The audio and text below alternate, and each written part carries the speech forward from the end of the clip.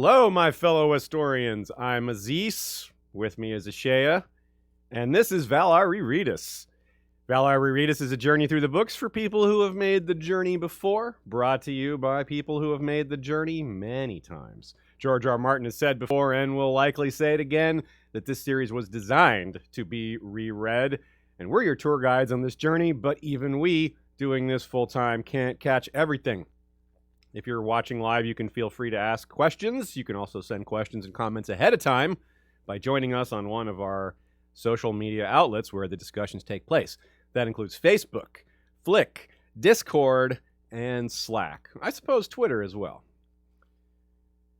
You can join us on Patreon. It's one of the many ways to support the show. It's probably the main way to support the show. Helps us keep the lights on and keeping these episodes going. This week, it is episode 3 for A Storm of Swords, and we've got another fun batch of chapters.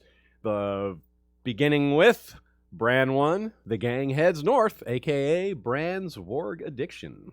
Davos 2, The Gang Meets Edric Storm, a.k.a. the one where Davos goes to jail. Jaime 2, the one where Jaime remembers Kingslaying, a.k.a. the gang avoids an ambush. Tyrion 2, the one where Tyrion's firings are undone, a.k.a. Tyrion's Shae addiction. And Arya 2, the gang is captured by the Brotherhood, a.k.a. the one where Harwin recognizes Arya. Let's talk themes real briefly. As always, we start off with a little bit of pre-episode banter, not banter, but discussion about overall topics, things that are more of a high-level view, things that take place in multiple chapters rather than just one.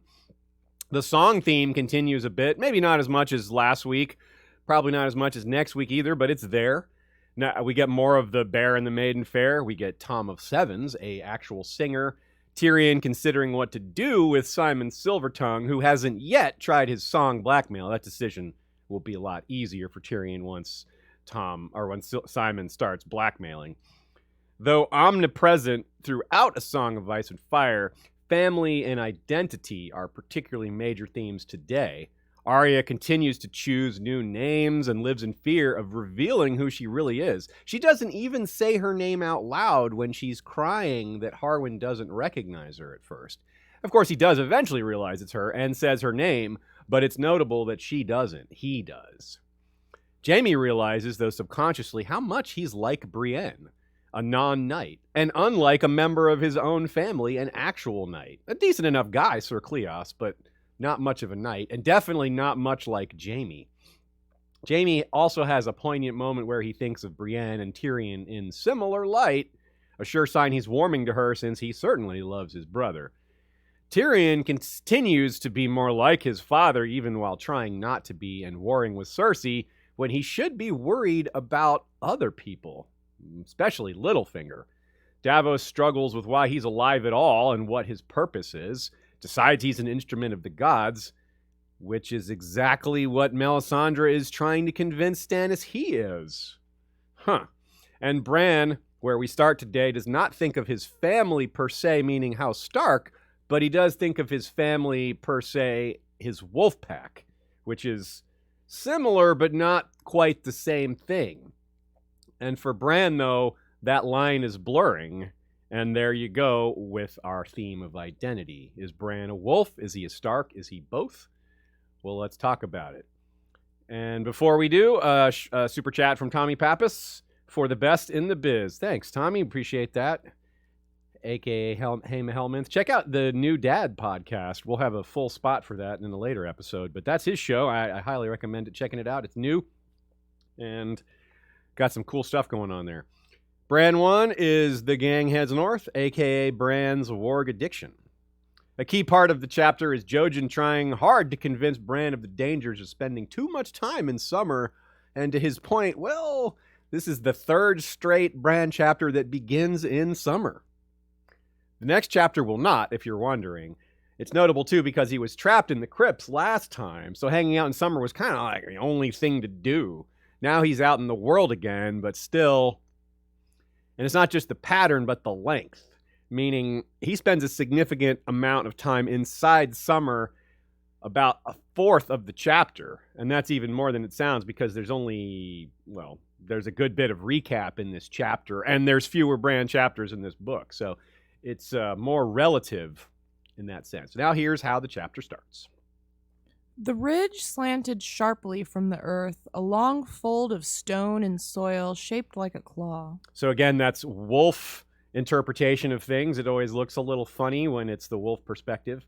Bran and Dany are the POVs that I'm most on the alert for when it comes to previously missed foreshadowing. I do believe there is some here, and it's pretty powerful. In fact, powerful is the key word.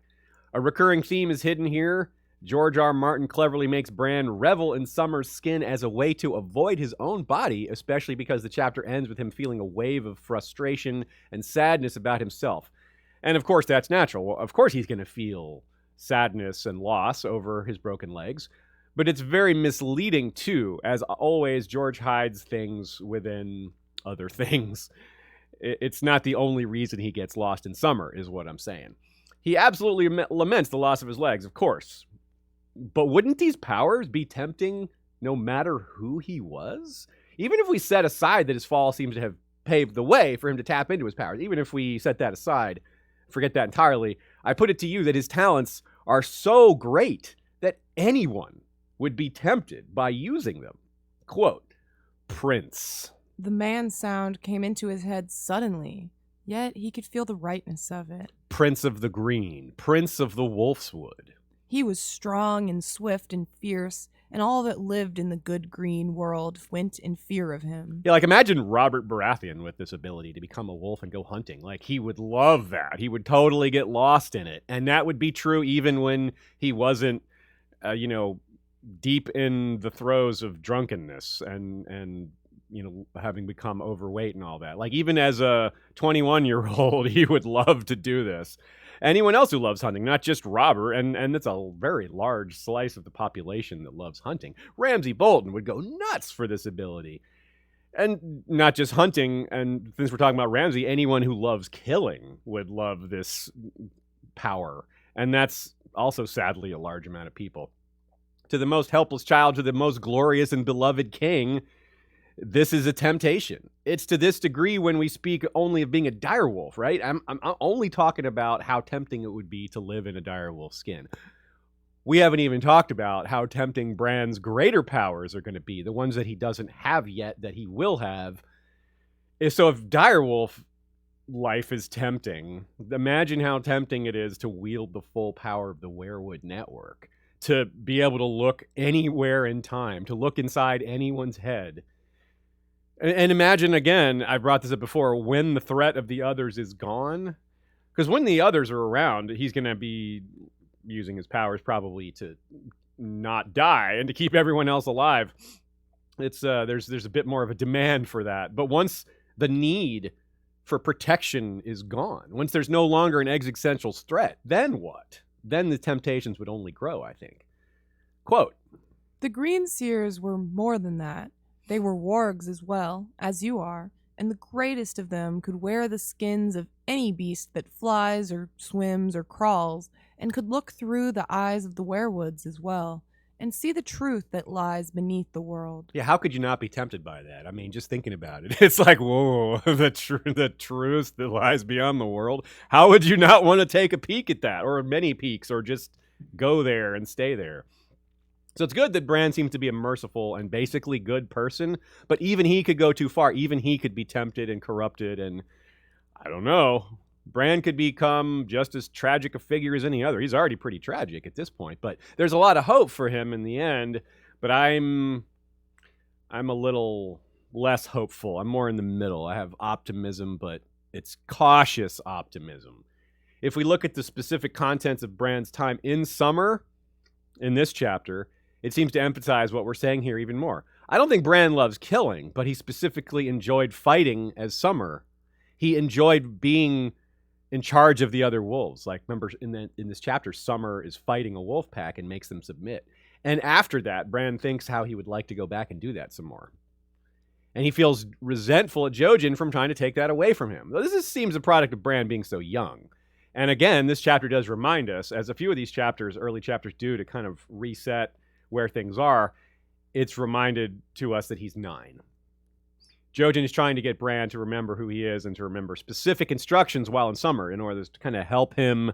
It's like almost like lucid dreaming, where you try to realize when you're asleep, that you're actually having a dream, to become aware of your dream.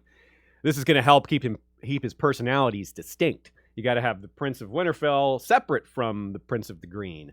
But Bran, he's resistant to that. He kind of wants them to stay together. Quote, He wondered why they all listened to Jojen so much. He was not a prince like Bran, nor big and strong like Hodor, nor as good a hunter as Mira, yet somehow it was always Jojen telling them what to do.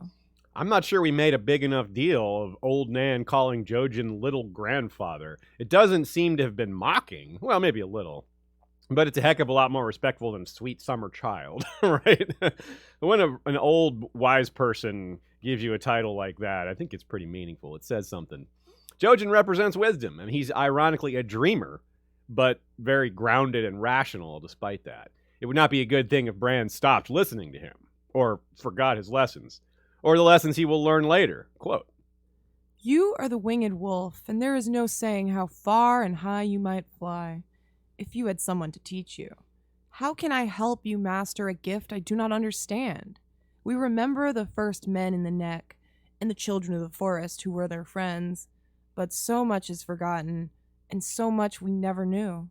Enough is remembered to get on the right track, though, or at least head in the right direction. They know they need to go beyond the wall. This is a sentiment echoed somewhat by Howland Reed.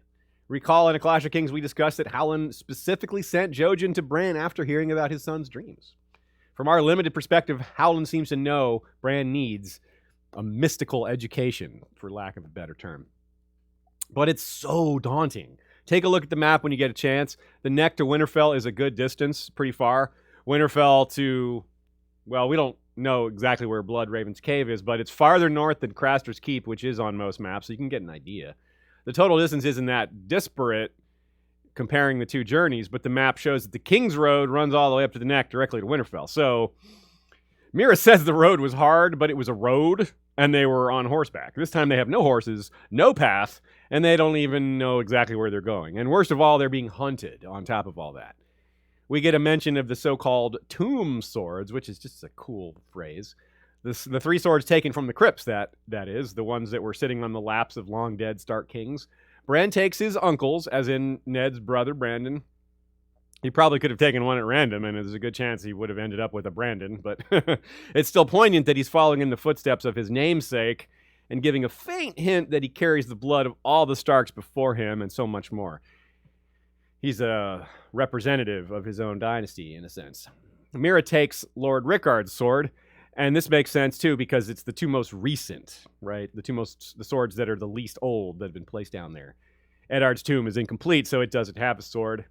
Hodor takes an older, large one, and we don't know which one it is. Theon and Lady Dustin observe the missing swords later in A Dance with Dragons, and it gives them a bit of an ominous feeling, and it should.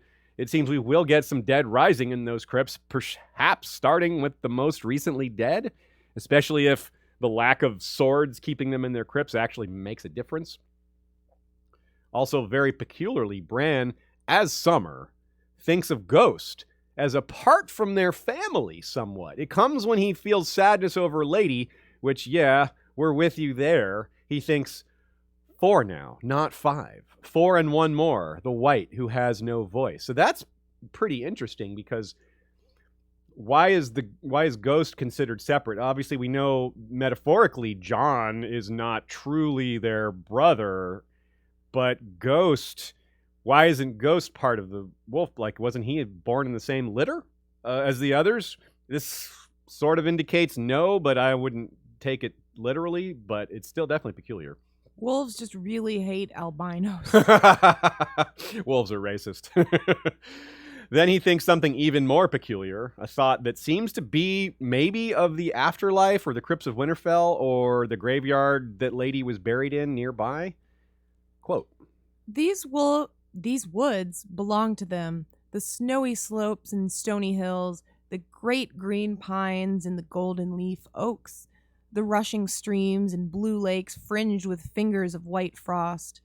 But his sister had left the wilds to walk in the halls of Man Rock, where other hunters ruled, and once within those halls, it was hard to find the path back out. So I think the The best... Wolf Prince remembered. Excuse me, Aziz. Excuse me. I started before you were finished. It's it may be referring to Sansa heading to King's Landing, the halls of Manrock, meaning King's Landing, the castles and places where other hunters ruled, it says. So, and of course, that's a very foreign element to a wolf brain. Some thoughts from Joe. This Bran arc marks a huge deviation from what we've experienced so far. Of course, Bran was our opening and closer in opener in Game of Thrones, closer in Clash of Kings. He had more chapters than Arya or Sansa early on. He's our key witness to everything in Winterfell, and then all these other northern politics. And now it's something entirely different. He only has the 4 chapters. He's not nearly the first character to get their first POV. He's almost the last. Sam is really the last, and his final chapter is going to come way before the end of the book, unlike prior books. So it's pretty interesting to see the change in his presentation, but a lot of that is just the change in his location. The chapter ends with Bran setting down to make a choice about his future, which is also a bit of a theme for these early chapters. We see a couple other characters making choices, and it's interesting the choice they're making. They're given some agency, but in another sense, there really isn't that many choices. You might recall from the previous 2 books, one of George places next to places certain characters next to each other, especially the important ones like Jon and Dany back to back as far as chapters go. We have an early example of that here that's a little bit hidden based on our own separation, because Dany was the last chapter last week, Bran is the first one this week, and Dany also was making choices about her future. Jorah presenting her with the idea of going to Slaver's Bay, and she decides to do that. Super chat from Maura Lee. Love this Valar Rereadis series. Thank you, Aziz and Shae. I love all the information and the discussions around all the chapters of each of the books discussed. Yeah, we are having a blast too. It is super fun, and we have even more fun because I know that you guys are having fun. Y'all telling us that you're having a great time is very much motivating to us. It puts the wind in our sails, and we keep going. You also, by the way, got numerous comments liking your t-shirt. Oh, cool. Yeah. Right on. Yeah, this is kind of a neat little shirt. I forget. Yeah. I think Zach might have given it to you. I was telling people in the chat. You don't even know, Aziz. I don't. No, it was one of the official shirts that came with that George R. R. Martin. Oh, the box. The box we have. And there were 2 shirts, and I let you, as Sean took one and you took one. Yeah, it is a pretty good shirt. Yeah. Got all the little sigils, nice coloring. Mm-hmm. Super chat also from River Missoula 777. Happy Lunar New Year. Love History of Westeros and all they do. Well, we love you too. Thank you. Question from patron Anthony Gonzalez. Regarding Rob's POV, this comes up every once in a while because we know George somewhat laments not sticking a few Rob chapters in there, and this is an interesting time to consider that. Also, it's interesting to consider during Arya's chapter. We'll bring that up again when that comes up. He wants to know, do we think any of Rob's men or women, especially in Mormont's case, would have, in terms of women, would have hinted or told Rob that Roose is shady? In other words, would anyone else have suggested the possibility that Roose was shady and maybe should not have been trusted? Did that ever come up? Or was he just that good at hiding his shadiness? Or, by the same token, Ramsay Snow, or rumors about him. Of course, Ramsay was kind of new on the scene, so to speak. Roose only got him from his mother maybe 2 years before the start of the books. But clearly Lady Hornwood had heard some things. I do think that would have come up. I think that's a path George would have taken, maybe drop more hints about who Roose was. Maybe there would have been a little more groundwork. It probably would have been the subtle kind that a lot of us would have missed the first time through. And then the second time through would have been like, oh, yeah, there it is. I think Roose would have been presented a little differently. There would have been a little more build-up to him. Nina points out the sadness that is Bran still thinking he can be a knight. He's still thinking about that even in this chapter, and it's probably willful on his part. He also willfully holds on to the hope that the three-eyed crow will fix his legs, which is part of why he still thinks he can be a knight. And yeah, that's pretty sad. But it's part of that willful stubbornness. He's 9 years old, and he's still very much distracted by what's in front of him, what he is, and it's very hard for him to think about these other grand magical things going on. It's hard for him to perceive them, and it's hard for us to perceive how a 9-year-old in his place would perceive them. And it's also a big challenge for George to write. It's maybe one of the reasons why the Bran chapters are becoming fewer and far between, is they're just so hard for him to write. Tree Girl points out what a smooth and loving move it is for Mira to actually give Bran that choice of where to go. As I said, there's really only one good choice, even though it doesn't seem like a good choice. But Mira very wisely and cleverly gives Bran the idea that he's got this choice. Now, it's interesting if he had gone somewhere else. I mean, his decision comes down to his broken legs. He thinks, well, none of these other locations have a chance of fixing my legs, which neither does Bloodraven, but he's still clinging to that idea. And I want to remind everyone that the name Bran the Broken is never said aloud. It is on TV. But in the books, it's only said in his head. He calls himself that. It's his own self-image and self-esteem that are majorly impacted by this. And this, in turn, is a filter for how he views his own powers and his future in that sense. Great catch here by Noga Frankel with regard to Bran not thinking how his apparent death and disappearance will impact his mother and the rest of his family when they find out. He thinks of his Wolfpack family, as we talked about, while in summer, but his actual family, while in his own mind, it's one of the things children struggle with, perspective, which is also ominous considering, again, just how much power Bran will wield. He's really got to learn perspective, or, well, that power could end up being in the wrong hands. Archmaester Rennie says Bran staying in summer so much may give a hint to what Jon will be feeling if he lives on in Ghost and has the chance to return to his own body. He may retain a lot of that wolfishness. I definitely agree with that. The wolfish Jon has had a lot of support in the fandom for many years. Well, since 2011 when Jon was killed. And the idea that he would live on in Ghost and acquire some of Ghost's personality, so to speak, his wolfishness. And also we wonder, it brings up another question, like how hard is it to control your wolfishness or your wolf when you're dead? In other words, it's the kind of thing that was touched on in Varamir's prologue POV chapter, but we don't really get this part of it. We don't get Varamir after he's moved on. We see him passing his second life and joining the wolves, but the chapter basically ends once that phase of his afterlife begins. We don't see an extended period of time with him engaging in second life. He talks about it and then we see it begin, but we don't actually see what it's like. Okay, that is it for Bran 1.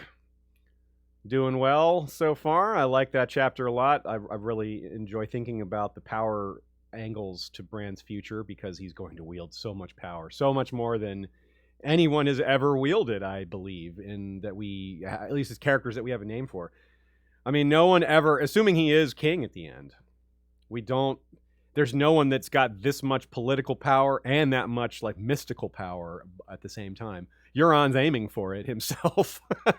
And Dany arguably is close with dragons being extremely powerful, but she may never sit the Iron Throne with in a period of peace. So we'll see. Anyway, time to move on. Davos 2. The gang meets Edric Storm, aka the one where Davos goes to jail. Well, it's not the one where Davos goes to jail because he's going to go to jail again. It's the life of he's not a smuggler anymore, but it's weird. He spends more time in jail as a follower of Stannis than he did as an actual criminal smuggler. Well, isn't that interesting? The opening quote is such. When he came up on deck, the long point of Driftmark was dwindling behind them while Dragonstone rose from the sea ahead. Cool to see that they passed by the seat of House Velaryon there. Fun to remember, despite Salador's way of talking and his portrayal on TV, that he's got similar ancestry to the Velaryons. Minus the Targaryen marriages, that is, but he does have a silver beard and that look. I don't recall what his eye color is. I don't think it's purple, but it's probably, some interesting color that was common enough amongst the Valyrian households. Salador is Lysine, and Lys, however you say it. Lys sounds better. Lys sounds like, those creatures that get in your Yeah, hair. I don't think you want to say lice. Especially because Lys is a place of pleasure, and Lys doesn't sound very pleasurable. No. And not only was it a pleasurable place, that's underselling it. It was a paradise for dragon lords and other Valyrian elite back in older times, thus more so than the other free cities, with the possible exception of Volantis. There are lots of descendants of the old blood, a lot of them, maybe from the quote-unquote wrong side of the pillow. Nonetheless, that blood is there. He also has, in addition to the Valyrian look, he also has Illyrio's chair and some of his other stuff, which he grabbed in an act of piracy that he claims is legitimate given his new rank of Lord of Blackwater Bay assigned to him by Hand of the King, Alistair Florent. That job will obviously soon pass to Davos, but neither of those two will keep their titles very long. In fact, Alistair, of course, is going to die, and Salador San is eventually going to leave Stannis and not be Lord of Blackwater Bay anymore, I suppose. It's a minor parallel to see Sala taking Illyrio's stuff, just as Dany is doing the same on her way to Slaver's Bay. It's kind of funny. And so is Sala, another character we're supposed to dislike based on his profession, but he's just charming, and he's very human in this chapter. He seems to have legitimate care for Davos, and it's genuine. It's warming, and even little things like I mislike the sound of that cough. It's just, you like to see it. In the last episode, we spoke a lot about the loss of Davos's finger bones, especially how it reflects and predicts what's coming for him and his relationship with Stannis. We talked about how Stannis' justification for maiming Davos wasn't great. It wasn't bad necessarily, but not great. And here in this chapter, we get not one, but two other characters agreeing with that sentiment, meaning that cutting his fingers off was not the right move. Salador kind of jokes about it, says, well, I wouldn't cut your fingers off. You can work for me as a smuggler and you can keep your fingers. But Edric Storm, he says it sincerely. He's like, he shouldn't have done that. It's certainly one of the more fascinating and discussable parts of Davos and Stannis' relationship, which is, and Stannis' brand of justice, which is part of their relationship, part of why Davos is fond of Stannis and so loyal to him. But it would be unjust to discuss Stannis and justice without bringing up perhaps Stannis' least just act, rather his least just intended act, which is the burning of just now mentioned Edric Storm. Davos is so loyal, he's willing to risk death to keep Stannis from dishonor. Just to prevent Stannis from doing a dishonorable thing, he's willing to risk his life. That's Davos' brand of loyalty, which I find more impressive and compelling than Stannis' justice. It's also a brutal bit of synchronicity that Davos thinks Mel is misleading Stannis by saying he's an instrument of the gods, while Davos actually believes the gods saved his poor life just so he could kill Melisandre. He's missing the irony here. Davos, don't you think Stannis is an instrument of the gods? No, you don't, and I don't either. So why do you think you are? Yeah, oh well. Very important to remember the order of things here. Davos doesn't know about the plan to burn Edric Storm yet. So with that in mind, if he had that piece of information, it would be a much better reason to go after Melisandre. But right now, the reasons he has to go after Melisandre are pretty sketchy. They're there, sort of, but they're not... it's more about revenge at this point. He's convinced it's something else, but it's misplaced blame. He's as misguided as Salador says. Salador's son is a pirate, but his disappointment in Davos' suicide mission is there's nothing dishonest about that. He's legitimately concerned. So more on that later when we actually get to the burning of Edric and the actual attempted murder on Melisandre. But we need to start talking about it now. This is our setup to Edric, and when you meet him on your first read, you have no idea that he's going to later be sacrificed. That's kind of out there. Like, whoa, where did this come from? Isn't Edric Storm great, though? You shouldn't get in my way when I'm running. I like this kid. He already has a sense of duty. You get these little character moments with him where he says he's playing this game with Shireen, Monsters and Maidens, because she enjoys it.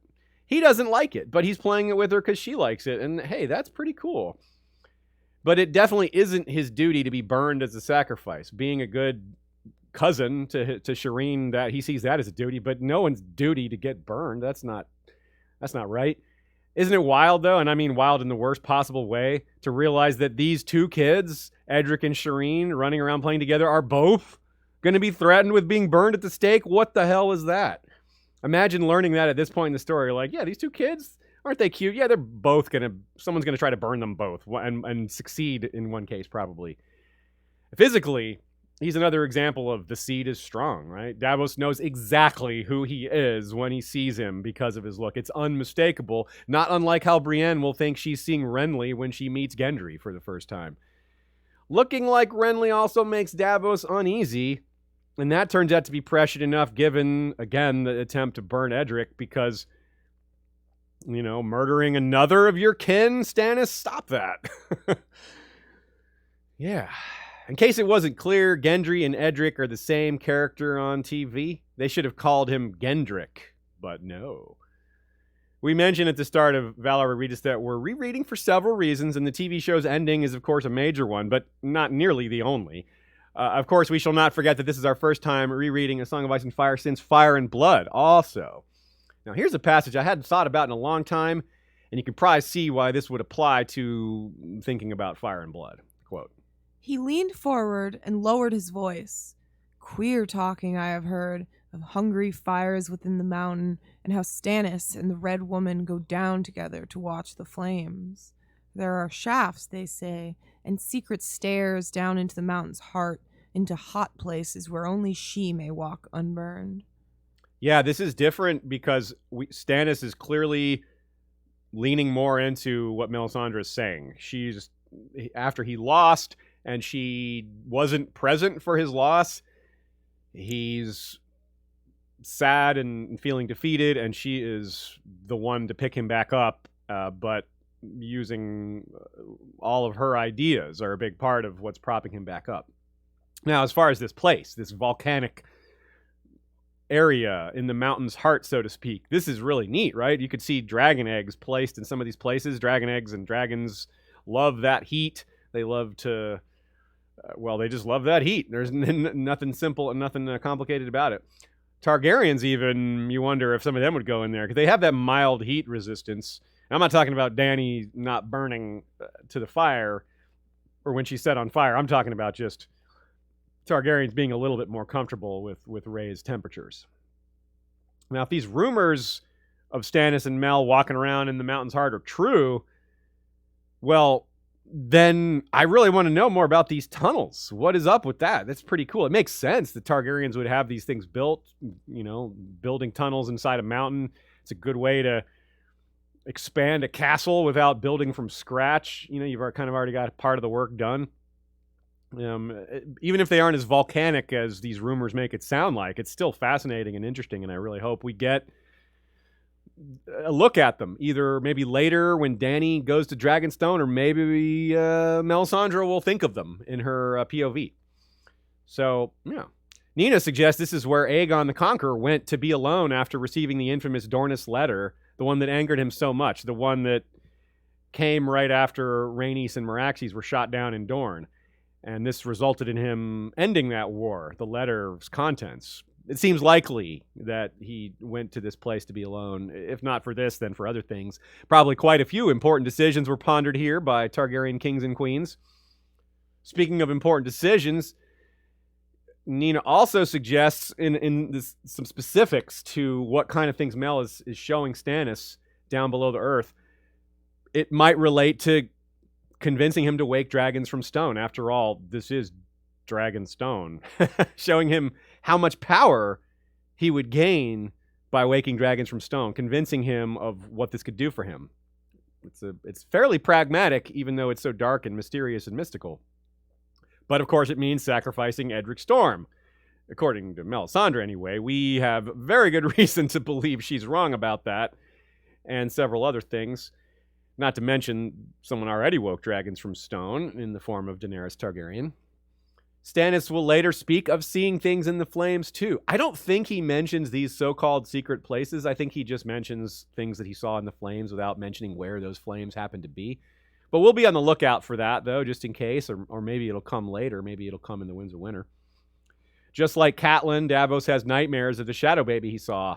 Also, the two of them are among the biggest believers in the Seven. I wonder if that's meant to be part of their belief there, and why it gives them nightmares, because it's something outside of their own belief system, and because they're both people who pray, and how it guides their thinking, and how they've never maybe seen real evidence of the Seven, but then they see this. That might shake your faith a little bit, to see blood magic working, but to have never witnessed anything done by the Seven. Of course, in Davos' case, he thinks his own life was saved by them, so he does feel like perhaps he's a product of a miracle. So maybe it's not quite the same for him. But he's got time to ponder that more. More tangible losses are felt as well. We're talking about faith, but there's just deep sadness as Davos yells out a bunch of names to the guard as a way of proving he is who he says he is. And they all seem to be dead, though. Davos recalls these personal details about some of these men to twist the knife in the reader a little more, to humanize these dead guards. Of course, the chapter ends with Davos captured because Melisandre sees his attempt to come for her. We talked about this in the Crescent chapter. Let's quote it again. Her one chapter reveals this. Danger to her own person was the first thing she had learned to see, back when she was still half a child, a slave girl bound for life to the Great Red Temple. Mm-hmm. It was still the first thing she looked for whenever she gazed into a fire. So again, that's how she knew about Crescent. So of course she's going to know about this one. While on the way to kill Melisandre, though, he encounters the other person in the vicinity capable of prophecy. Quote, When the fool saw Davos, he jerked to a sudden halt, the bells on his antlered tin helmet going ting-a-ling, ting-a-ling. Hopping from one foot to the other, he sang, "Fool's blood, king's blood, blood on the maiden's thigh, but chains for the guests and chains for the bridegroom, aye, aye, aye." Shireen almost caught him then, but at the last instant he hopped over a patch of bracken and vanished among the trees. The princess was right behind him. The sight of them made Davos smile. Yeah, but no reader smiles when seeing that. Not a rereader anyway. Davos' smile is disarming. The first time reader, you're like, oh, isn't that nice? Children at play. But Patchface has just delivered a whopper. Like I said, a first time reader doesn't understand the significance of this, but upon close examination, it is very clearly about the Red Wedding. Let's go through it real quick. Fool's blood, that's a diversion because he's the fool. So you kind of think maybe, is he talking about himself?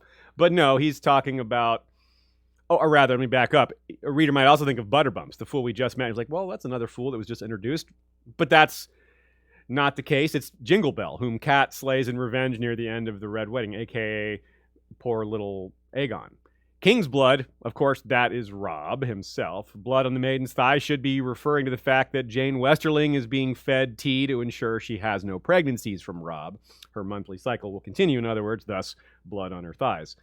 Chains for the guest and chains for the bridegroom is also easy enough to understand when you're on the right track. Quite a few of the Northern Lords, like the Great John, are locked up as hostages, certainly including Edmure Tully himself, who is the bridegroom. In addition to the passages under Dragonstone, I'd forgotten about this little note. Quote, Aegon's garden had a pleasant, piney smell to it, and tall, dark trees rose on every side. There were wild roses as well, and towering thorny hedges, and a boggy spot where cranberries grew. So first, this is yet more evidence of rich people having gardens that include things that don't occur naturally in the area, things that couldn't grow naturally. A boggy spot where cranberries grow on a volcanic island, right next to pine trees, right next to wild roses. It wouldn't be weird to see a lemon tree right there either.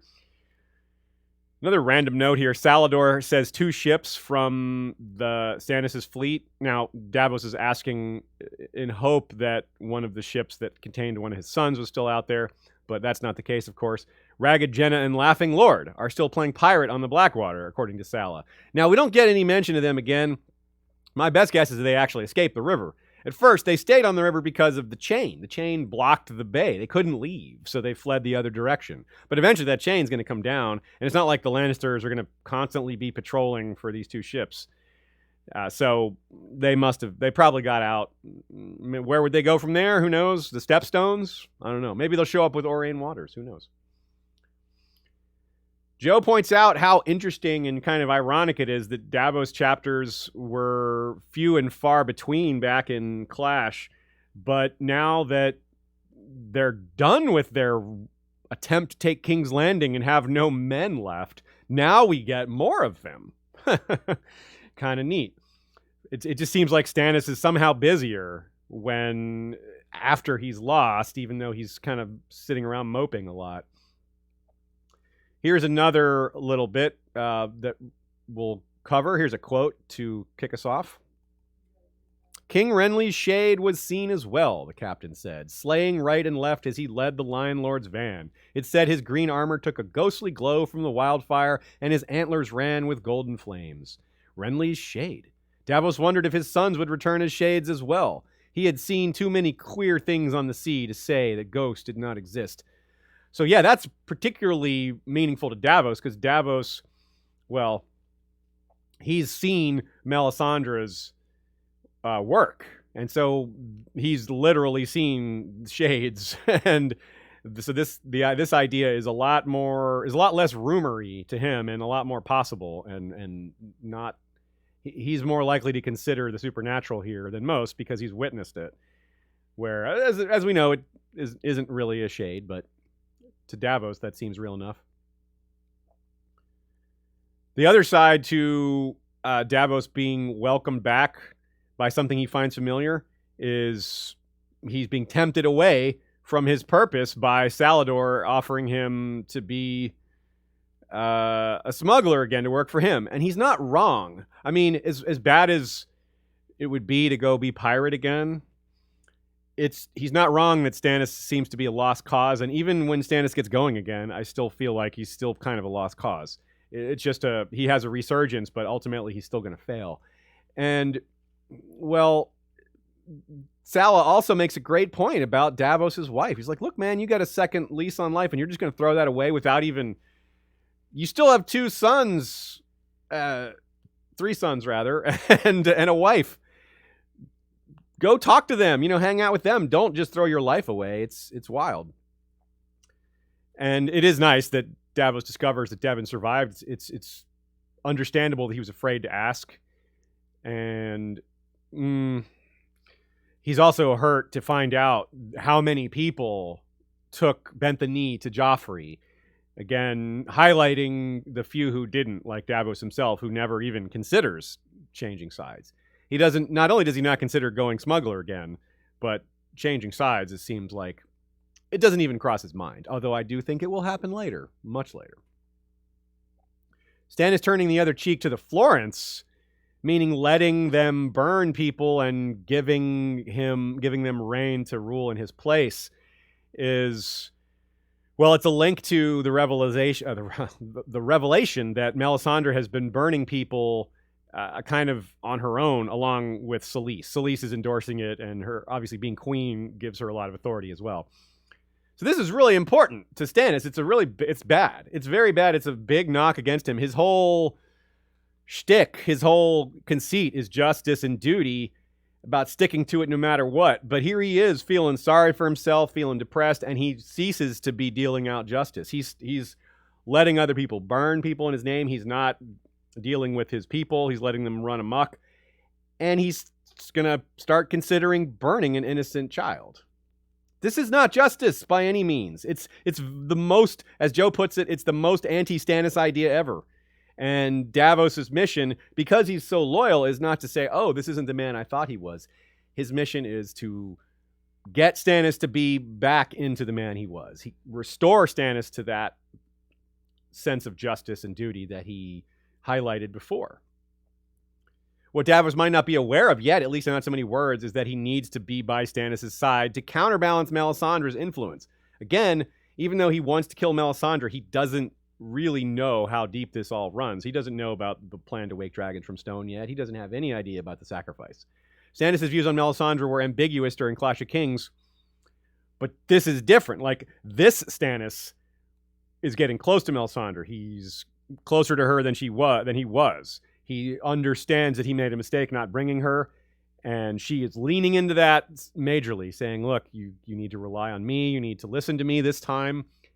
And he's a guy that responds to evidence, and the evidence is that he lost and he didn't have her with, and she's got real power. So it's definitely the angel on one shoulder, devil on the other, but Davos doesn't know that's what he is yet, and he doesn't know fully what she's all about. Now, this kind of raises an older question. What did Melisandre come to Westeros for? Did she come for Dragonstone? Did she come for Stannis? Did she come for Daenerys but misinterpret it as Stannis? Did she come for Jon? This is tough. We can be almost certain she's misinterpreted her visions. It's a bit of a recurring theme with her, but it definitely begs the question of what she really saw, and maybe that's another thing we can look forward to in future chapters from her. The fires of the world, the volcanoes on Dragonstone, you wonder if those flames provide deeper, stronger visions, whether they're more likely to provide visions, or if it's just, no, it's just hotter in there. We can't really blame Salladhor for getting mad at Davos based on what we said before. I mean, he realizes that if anyone's going to tell Davos' wife what happened, it's going to have to be him. He's like, yeah, he actually miraculously survived the battle, but before going to talk to you, he threw his life away trying to assassinate Melisandre. Like, what? And Davos is so stuck on doing it now because if he doesn't do it now, he's going to lose his resolve. No, Salladhor is like, it's not your resolve you're going to lose. It's you're going to realize how dumb this is. Realize how misguided this is. It's not your resolve that you need to worry about. It's your wisdom. Joe points out something great I didn't catch about Edric Storm, which is that he seems to display the best traits of all three of the Baratheon brothers. Like, he's the perfect mix of copper, steel, and iron. Now, of course, we don't know this for sure. We only see him a little bit, but he does leave that impression where he has the look. He's a little bit arrogant, but dutiful to his sister or to his cousin, and he weighs in on the justice of Stannis's cutting off Davos's fingers, and says it wasn't just. And so he weighs in on justice, he weighs in on bravery, he weighs in on duty, and he has the look, and has a commanding presence. He tells Davos, you shouldn't be there you shouldn't get in my way when I'm running, and yeah, he's probably a little bit more like Robert than the others. He's certainly the one he wants to be like. He adores Robert and Robert's memory.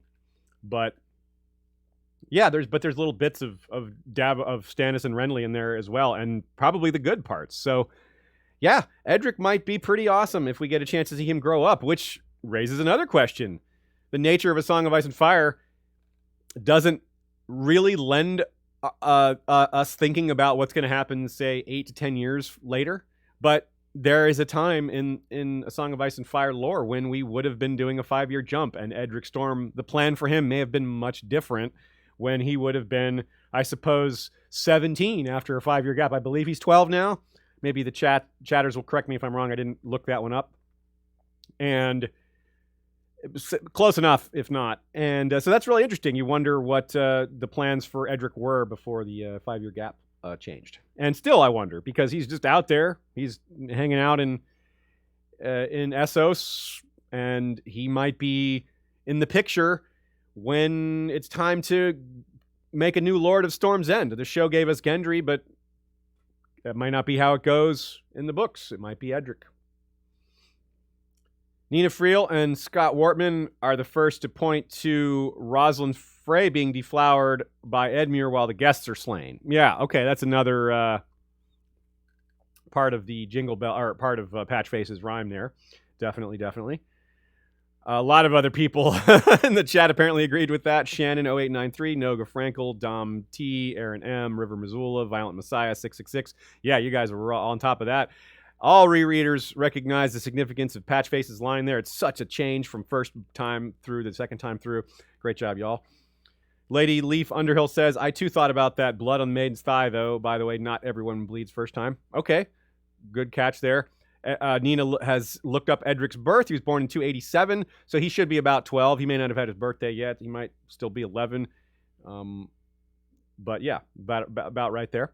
lots of love around our social media discussion post with regard to Salah and Davos. People really loved the genuine friendship there in a story that has a lot of darkness and death and brutality and conflict. It's nice to have these moments. We actually have another one in Arya's chapter with some of that stuff going on with Hot Pie being happy and having a little moment there. Flick had a discussion on Dragonstone as well. People really curious about the fires and questions about how the dragons prefer it. Well, for more information on the dragons and all that, I recommend, I guess this is the second time in a couple of weeks I've recommended this, our Fire and Blood episode on dragons. There's a lot of that dragon lore in there. We'll be talking a little more about it during our Dance of the Dragons coverage with Radio Westeros. But one thought that I hadn't considered is people wondered if there's any chance Dragonstone has its own little miniature Doom during the series. Well, I guess that's possible. It's hard for me to imagine what would trigger such a thing, but who knows? I wonder if it will just be a place they mine dragon glass like in the show.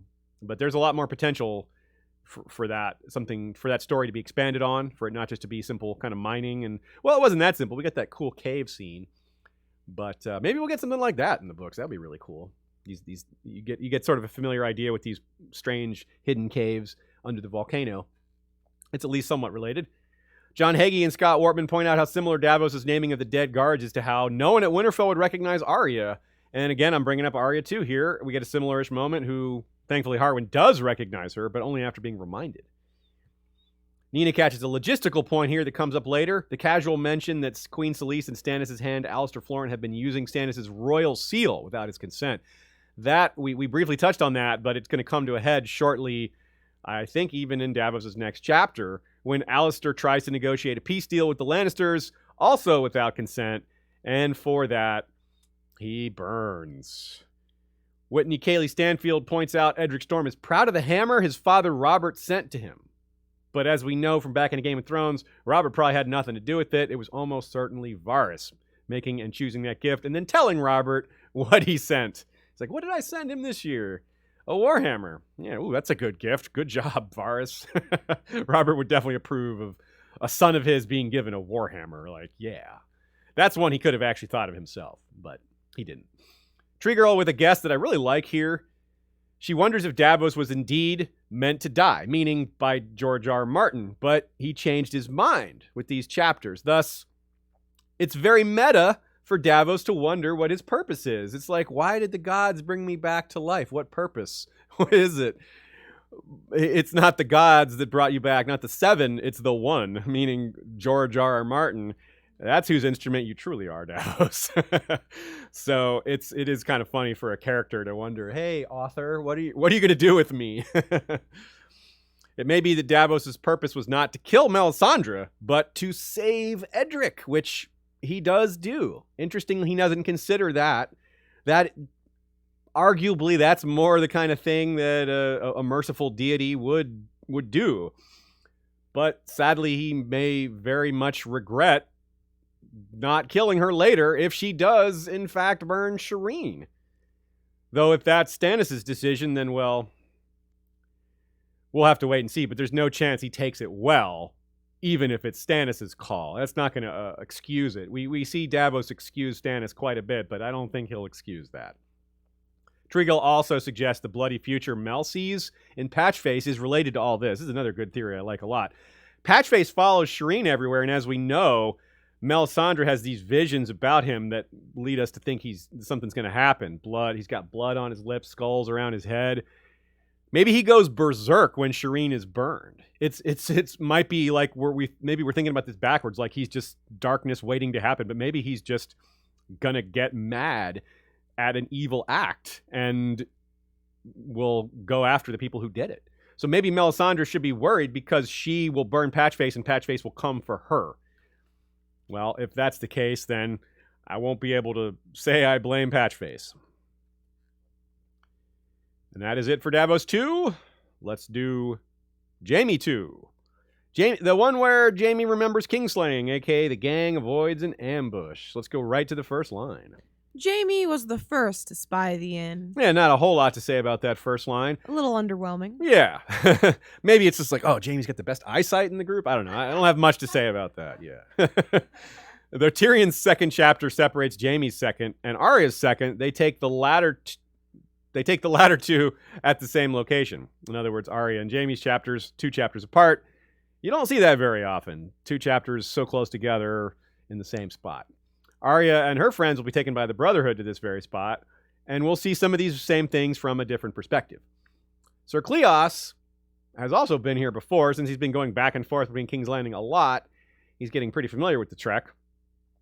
We know this is the Inn of the Kneeling Man. Well, because they say so almost right away. A notable chunk of history is dropped right at the start of this in relation to this. The Kneeling Man is none other than the last king of the North, Torrhen Stark. He bent the knee to Aegon the Conqueror about 300 years prior to this chapter.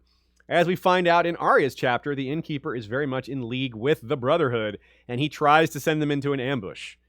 Arya and her gang walk into the ambush instead, coming from the other direction.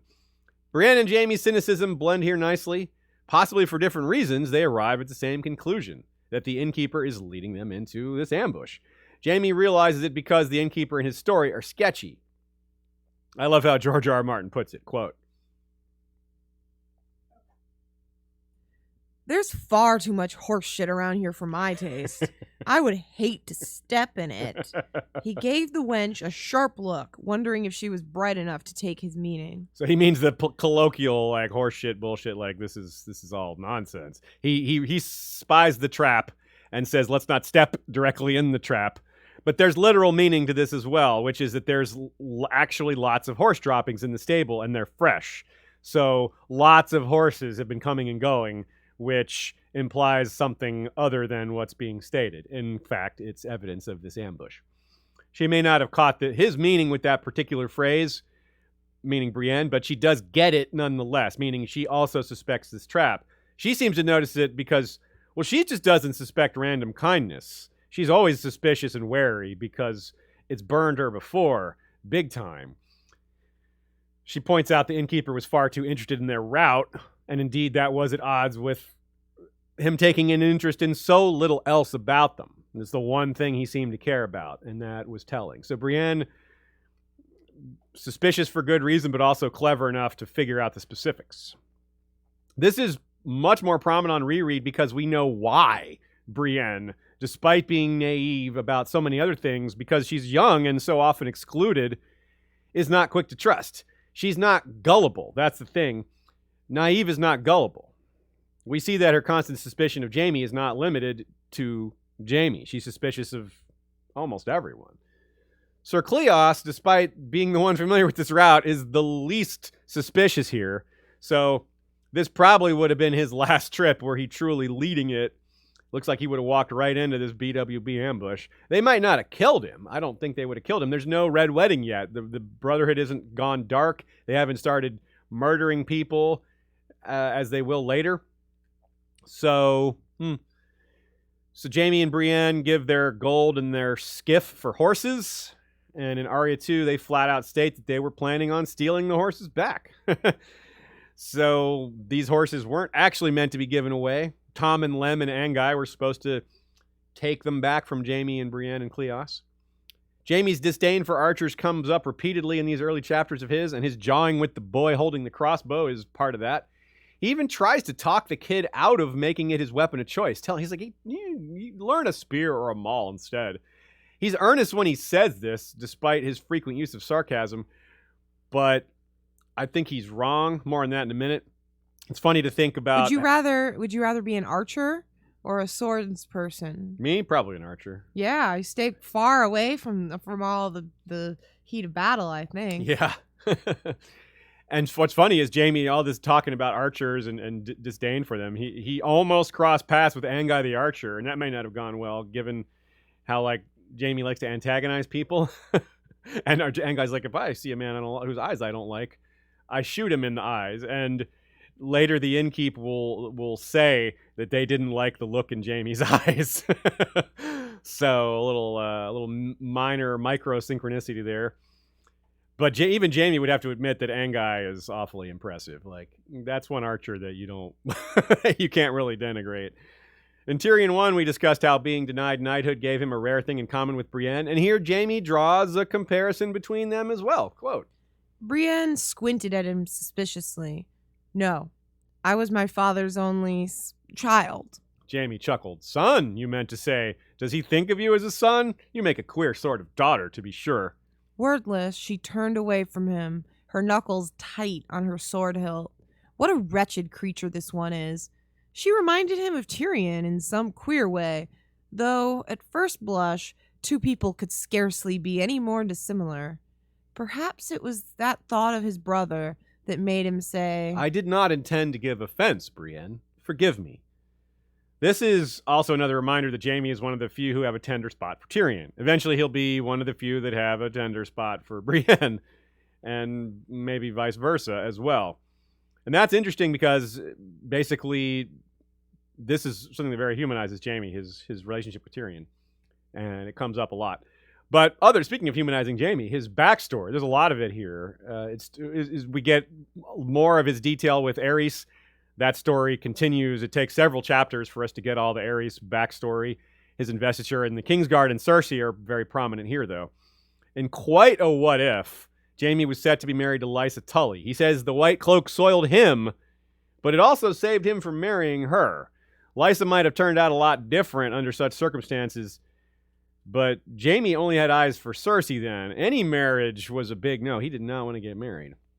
But we also see how little he was prepared to do about it. Like most noble children, especially faced with a father like Tywin, he was going to do what he was told. Cersei, however, shows herself to be quite the opposite. She was not going to go do what she was told without making some moves. I don't even judge Cersei for this plan because, you know, it's all this business with arranged marriages and stuff is... I'm not going to argue with someone pushing back against that too much.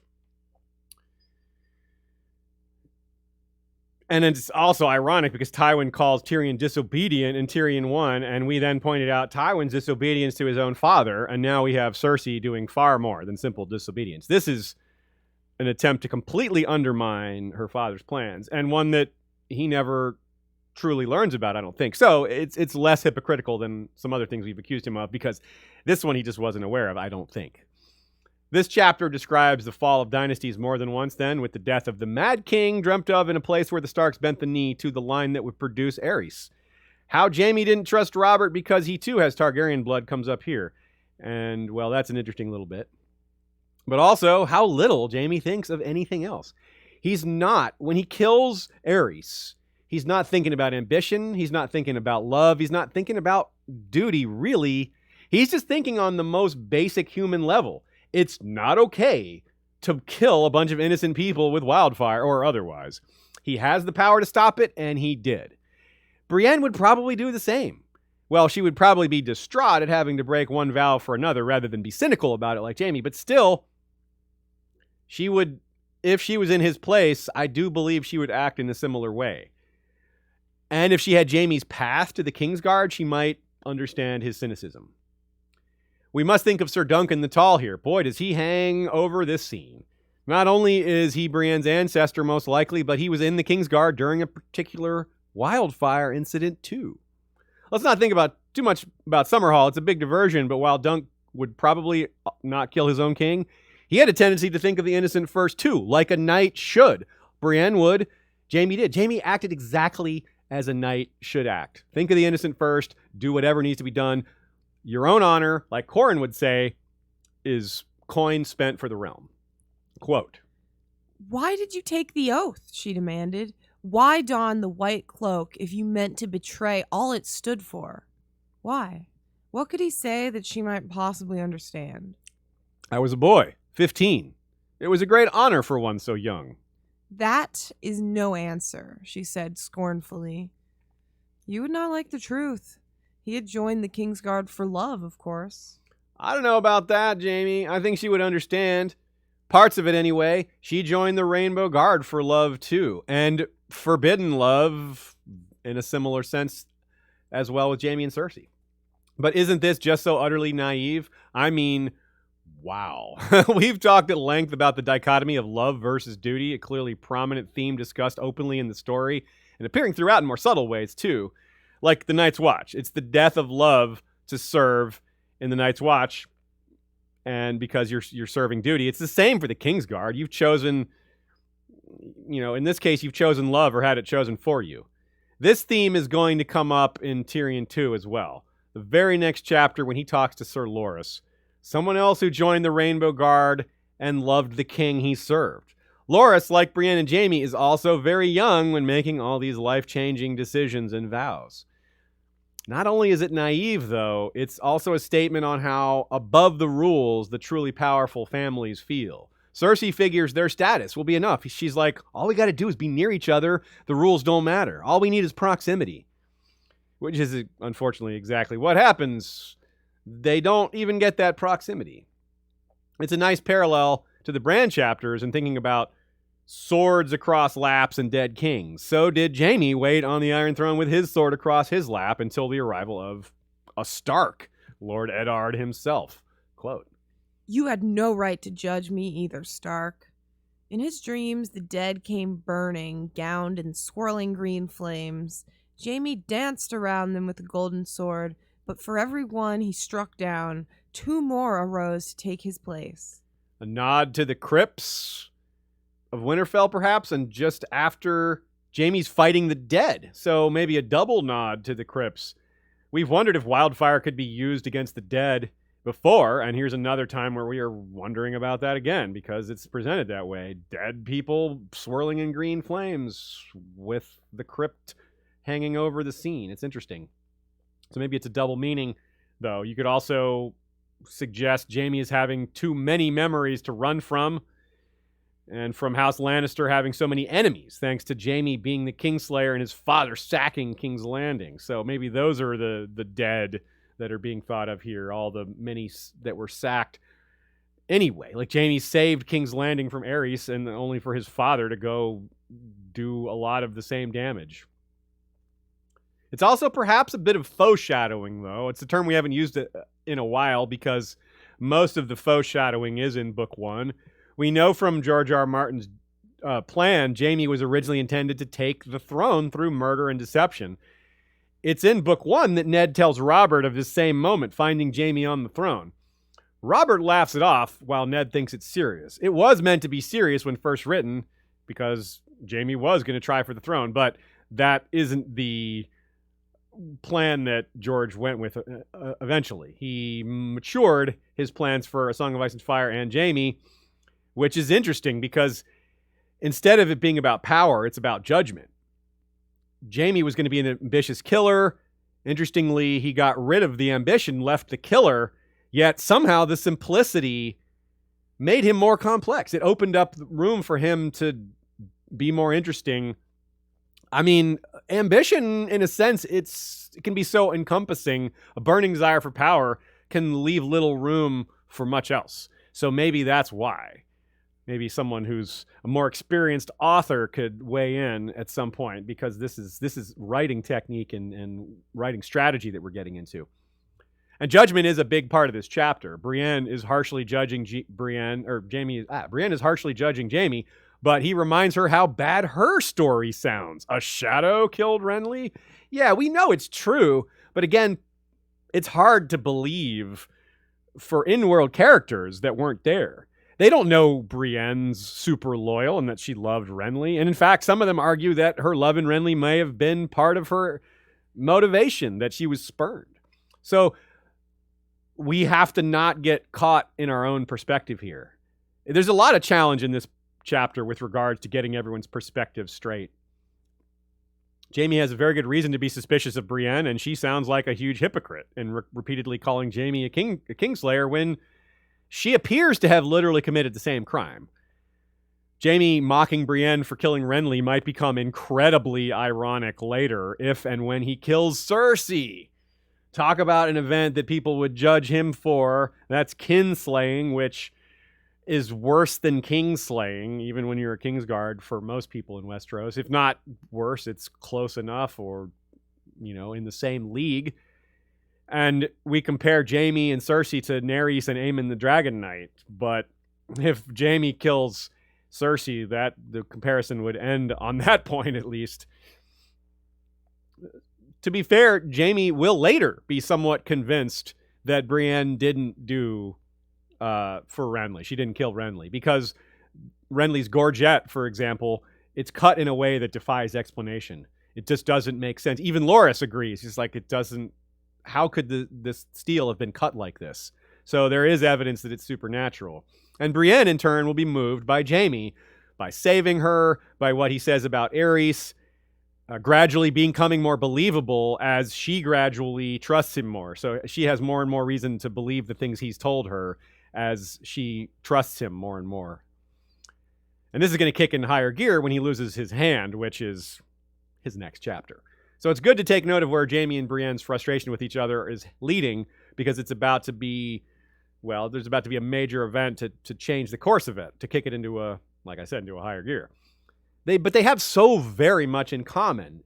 It's hard to see that on a first read, but it's overwhelming, I think, on rereads.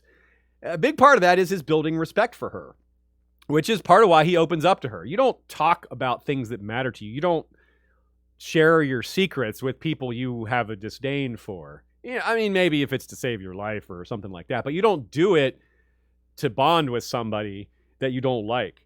He actually cares that she respects him, which is wild for Jaime because he usually doesn't care what anyone thinks of him. But because she embodies so much of knighthood in ways that he is cynical about, he has to respect her. She's good at things. She's good at fighting. She's been clever. It's just he can't deny that this respect is growing for her. And it's kind of subconscious. And this is, I think, part of why he has all these nasty thoughts in his head about insulting her. He calls her like a cow and all these other awful things. But I think that's him, his subconscious at work. He's rejecting the fact that he's starting to reject her or respect her. And so he's pushing back subconsciously, like, I kind of like, no, she's a stupid cow. She's kind of brave, but no, she's ugly. You know, it's kind of like that. It's peevishness. It's very childish. Now put yourself in her shoes, and it's clear enough why she dislikes Jaime and why she's distrustful. This is very straightforward, even though it's going to fall off over time. It doesn't need much explanation. Why Ned Stark and Roland Crakehall, though, had reactions to seeing Jaime sitting on the throne with Aerys dead at its foot, another real exercise in perspective. So many characters with different values with regards to what honor means, with what justice means, with what duty means, with how you choose which duty is first when you have multiple duties, with bravery. Each of these things provides a variety of potential ways in viewing something like what Jaime did with Aerys. But we're also dealing with each individual perspective having a different version of events. For example, almost none of the people judging Jaime know anything about the wildfire. Jaime also thinks of the last few hands Aerys had, who were in and out of office so quickly. He thinks of killing the last, the pyromancer Rossard himself, but before him were Lord Chelstead, that's the one dipped in wildfire, Lord Merryweather, the one with the Horn of Plenty sigil, and relative to the Merryweather who marries Taena, the one who seduces Cersei in A Feast for Crows, so a little tiny nugget there. And finally, he thinks of good old John Connington, who is the Dancing Griffin's hand. What we might have here is another quote I'm going to bring up, that it might be reverse foreshadowing here, something we've talked about before. "It is a rare and precious gift to be a knight," she said, "and even more so a knight of the Kingsguard. It is a gift given to few, a gift you scorned and soiled. A gift you want desperately, wench, and can never have." Never, Jaime? I don't know about that. Last chapter we had the Sir Brienne mention. This is can never have. You may, in fact, be the one to break that, to churn that never into ever. Love it. That could come up to be incredibly ironic. Along the same point we brought up in the Bran chapter about having a Robb point of view, this would have been really neat to have Robb or Catelyn here at the Inn of the Kneeling Man with the former king of the North as sort of a provoking moment, something to give thought to. Maybe there's still a chance Lady Stoneheart, Inn of the Kneeling Man could come up again in that sense. Crossbow pointing at a Lannister. Joe Buckley points out that could be a little nod to Tywin's fate later. I like that call. I missed that for sure. Now, it's also ironic that they dodge an ambush that Arya and her friends fall into, but really, they would have rather not. It would be better to be captured by the Brotherhood, because at this point, remember, they're not violent. They're just going to take your stuff and leave you. But by avoiding the Brotherhood, they're instead captured by the Mummers. Whoops. Yeah.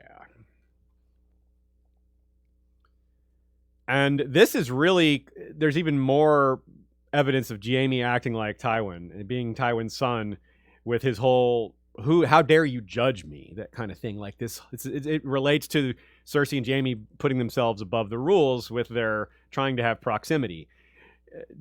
Jaime is floored that Brienne would judge him. It's like, how dare you judge me? And it's like, you.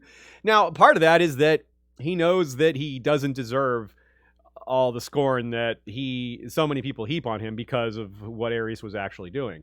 But it still reminds us of Tywin and how Tywin doesn't feel like anyone should be able to judge him. He's above all that. And that's definitely filtered down to Jaime. All right. It's funny that Jaime mocks Brienne over the Kingslayer issue because it's another example of something that they have in common, even though they don't really have it in common. He mocks it even as it's another reason that they, among many, that they're actually very similar. It's almost a case of, if I'm going to be bitter and hollow about my former dreams, I'm going to make sure you are too. It's yet another tie into this Sandor Clegane, who is yet again tied up in all this talk about knighthood and duty and all that. Realizing that Tyrion now matters much more publicly, that people would know he's technically the heir now, that's a big part of Cersei and Jaime's thought process. It doesn't really come up. Yeah, Cersei says, would you rather have Casterly Rock or me? And Jaime's like, well, I'd rather have you. Neither of them really think about what that means for Tyrion. Now, obviously, it comes up and it matters. And they, of course, can't be aware that Tywin is going to deny that to Tyrion as well. But it's pretty interesting, the fallout of all this, that none of them really realize, and that it also directly leads to part of why Tywin leaves. He quits the capital after years of having to put up with Aerys, and this is something that, Cersei and Jaime were not that aware of. I mean, they probably knew that Tywin didn't get along with Aerys, but they may not have been aware that he had already resigned once before, and they didn't consider that possibility with their planning. Like, oh, maybe our father will just quit. That didn't occur to them. And we also wonder if Tywin knows, as we raised this question earlier, does he know, even whether he knows or not, rather, that his children had so much to do with screwing up his own plans, then it would be quite a realization for him that all of this leads to him getting shot at the end of the book, because Jaime and Cersei couldn't resist each other at Winterfell. This kicks off the War of the Five Kings, and that leads to, it's a little indirect, but it's pretty ironic. You wonder if Jaime's ever going to blame Cersei for any of this subconsciously. She really manipulated him. Now, of course, he had agency here. He could say no to her. He's like, no, I would rather have Casterly Rock than you, actually. But her planning was pretty bad. It was very short term. It's typical of Cersei in a lot of ways, actually. Nina brings this up. It's well said that it's her typical kind of short-sighted, smartly. Her short-term thinking is pretty smart, but she just doesn't consider the long-term, and how just because they have proximity with this plan doesn't mean that something can't come along to break that apart. But yeah, typical of Cersei's line of thinking. Mention of lemons here in this chapter. Well, actually, that's going to come up in Arya's chapter with Angai, but that's kind of neat to think about with the lemon tree stuff in Davos too. It's like a theme, a little miniature theme. Noga Frankel points out Jaime's biased advice to the kid with the crossbow. I brought this up briefly, but I said I'd talk about it later, and here we go. Jaime's wrong. A crossbow is roughly the equivalent of a shotgun, meaning you put it in the hands of anyone, and all of a sudden they're to be reckoned with. Like a 5-year-old with a crossbow is dangerous, but a 13-year-old kid, which this boy is apparently, a spear, like, how is that a threat to a real warrior? Someone like Jaime himself or the Hound. isn't going to be worried about a kid with a spear. But even the Hound and even Jaime have to be worried about someone with the crossbow. It can get through plate armor. I mean, it's simple physics. The force generated by a crossbow that sends that bolt into a person, no teenager, with maybe the exception of, say, a Gregor Clegane, can generate that kind of force with their own muscles, let alone with that distance. So Jaime's just wrong here. Crossbow's a fine tool for a kid in his position. Nina suggests the Jaime-Lysa betrothal, since it was broken, may have been a reason we never hear about the Tully's presence at the tourney of Harrenhal. This is an interesting point for sure. The Tullys are not mentioned at the tournament in Harrenhal. Either way, this is odd because for them to not go is worth mentioning, but it's especially because their family is connected to Harrenhal very directly. Catelyn's mother is a Went. That's the family that held Harrenhal. So them to pass on that tournament is interesting, but it's interesting that if they didn't go, that wasn't mentioned. So either way, it's a little strange. Probably just some missing information. Maybe that gets clarified later. All right. That's all I have for Jaime 2. Let us move on. It's Tyrion 2. The one where Tyrion's firings are undone, a.k.a. Tyrion's Shae addiction. At last, Varys is back on screen for real. He was seen during the celebrations and did come to Tyrion's bedside when he was recovering, but we haven't had any conversations with him since Tyrion 11 in A Clash of Kings, and Tyrion had 15 chapters in A Clash of Kings. They had a lot of conversations last book, but they stop, and, well, now they get going again. Here we go. Quote. The eunuch was humming tunelessly to himself as he came through the door, dressed in flowing robes of peach-colored silk and smelling of lemons. Lemons again. Here they are, just popping up all over the place. So if Varys won't come to Tyrion, Tyrion will go to him. And this chapter does a lot to expand on Varys' character, his network, his skills, and disposition. Some of it's right in front of us, but a lot of it is very subtle. Varys knows ways into Tyrion's rooms, which Tyrion's aware of, so Tyrion returns the favor and tries to look all over Varys' room for secret passages. He doesn't find them. Shae tells Tyrion that there are stairs below the bed. He's unable to figure out how to access them, but he knows they're there. That's sneaky for sure, but there might be another secret passage in this room because Varys leaves the room as soon as he brings them together and Tyrion doesn't realize he's left.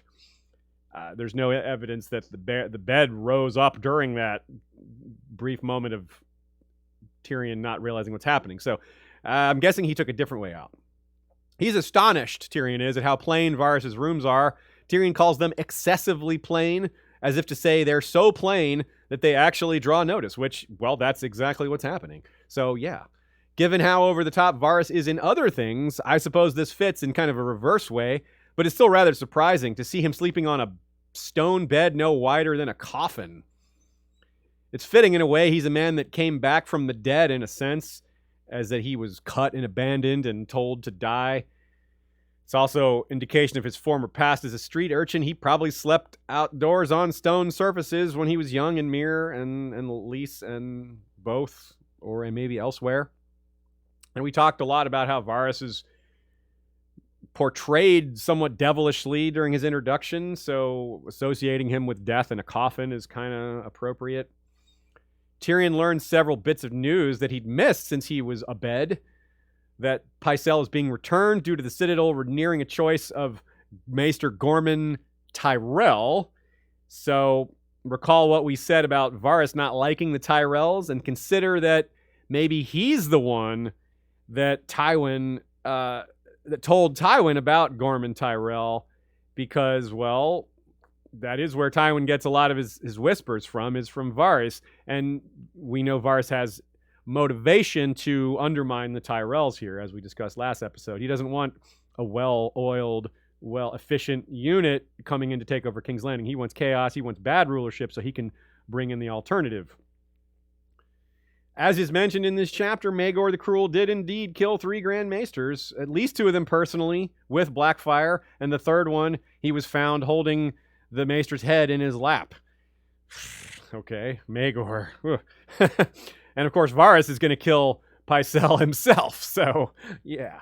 it's interesting to think about how long Varys worked with Pycelle. I mean, Pycelle has been working at King's Landing since like 261, 262. Varys not long after, also in the 260s, roughly speaking. So 30 some years of working together, and Varys is so disciplined. As we see here in his personal life, he's extremely disciplined. So he doesn't make moves based on his own wishes. He does he makes moves when he thinks it's the right time for his plan. So I wonder if Varys was thinking when he finally kills Pycelle, he's like, finally, I get to do this. I've been wanting to do this for 25 to 30 years. But he also knows, the point here being that working with Pycelle so much, spying on him so much, dealing with him so much, he knows exactly what he's capable of. He knows exactly who he is, what kind of person he is, and thus he knows exactly when to remove him from the board, which we just discussed. And this scene, too, as I'm talking about Tywin and Varys tells Tyrion flat out that Tywin ordered Varys to spy on Tyrion. Likewise, Tywin has worked with Varys quite a lot, just as much as Pycelle has been a presence on the Small Council for a very, very long time. Tywin has been on the Small Council or in King's Landing in a rulership position for almost as long himself. So Varys also is just as familiar with Tywin and just as familiar with Tywin's hypocrisy and just as familiar with all the enemies Tywin has made. As powerful as Tywin is, Varys has quite a lot of ability to harm him, and indeed does, via Tyrion, the one most in the path of Tywin's hypocrisy. So he is able to later spin all of this and direct it at Tywin using Tyrion as the weapon. We know it's super likely Varys guided Tyrion to Tywin's chambers. Of course, that's what I'm referring to. And he probably had a reasonable expectation of one or both of them ending up dead, and Tywin more likely. I'm not sure Varys is telling the truth to Tyrion when he tells him that the Kettleblacks are reporting to Cersei, though. Well, the Kettleblacks are reporting to Cersei, and yes, he tells Tyrion that Osmond has begun to sleep with her. But what I mean is, the Kettleblacks work for Littlefinger. Does Varys not know that? Or is he just not telling Tyrion? It's not really clear to me which, but I think I heavily lean towards him knowing and just not telling Tyrion. Now, of course, he's not covering for Littlefinger, but I think the point is, we talked about Tyrion being overly focused on Cersei at the expense of other threats. Varys wants that. Varys likes that Tyrion is too focused on Cersei and his own family because Varys wants Tyrion to separate from his family. He wants Tyrion to move away from his family. He wants him to become an enemy to his family. So having Tyrion focus on Cersei is like, yeah, let's not disturb that. Just keep doing that. He doesn't want to raise the issue of Littlefinger and distract him with someone who's actually more dangerous, because if Tyrion starts focusing on Littlefinger, then he's not paranoid about Cersei and Tywin, which is exactly where Varys wants him to be. So it's probably reverse psychology when Varys points out how unwise it is for Tyrion to be seeing Shae, because he would love for that situation to blow up. Again, what happens when Tyrion catches Shae with Tywin? He goes murderous. So it's all part of right in line with what Varys wants. You can see the gears turning even this early.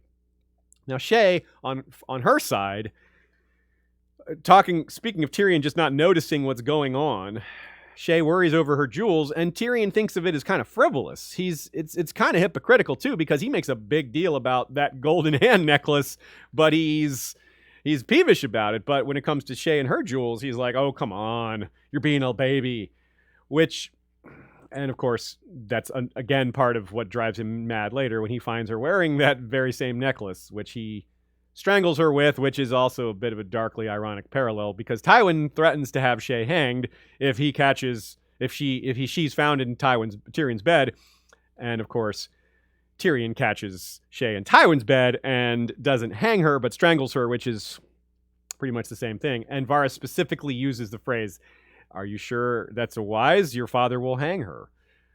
So all the same language is used very specifically and intentionally, almost certainly, by George.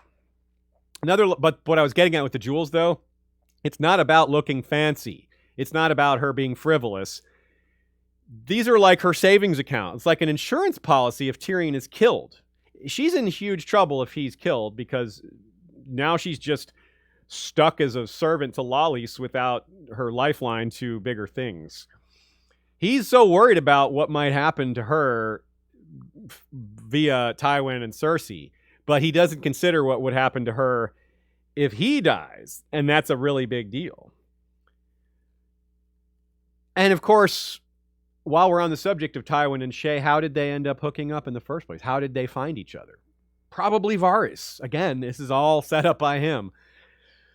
After all the foreshadowing and setup for jealousy and conflict surrounding hiding Shae, his jealousy over her and the foreboding with Tywin, we get a little subtle hint about where Tyrion's head is, because Bran just casually mentions when he shows up, he's like, hey, I was just at Shataya's.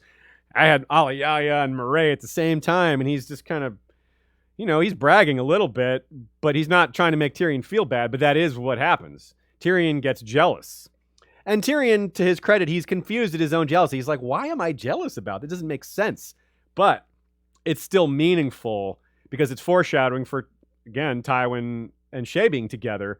But also, Tyrion is probably just jealous of anyone that can openly go to Shataya's without fear of punishment.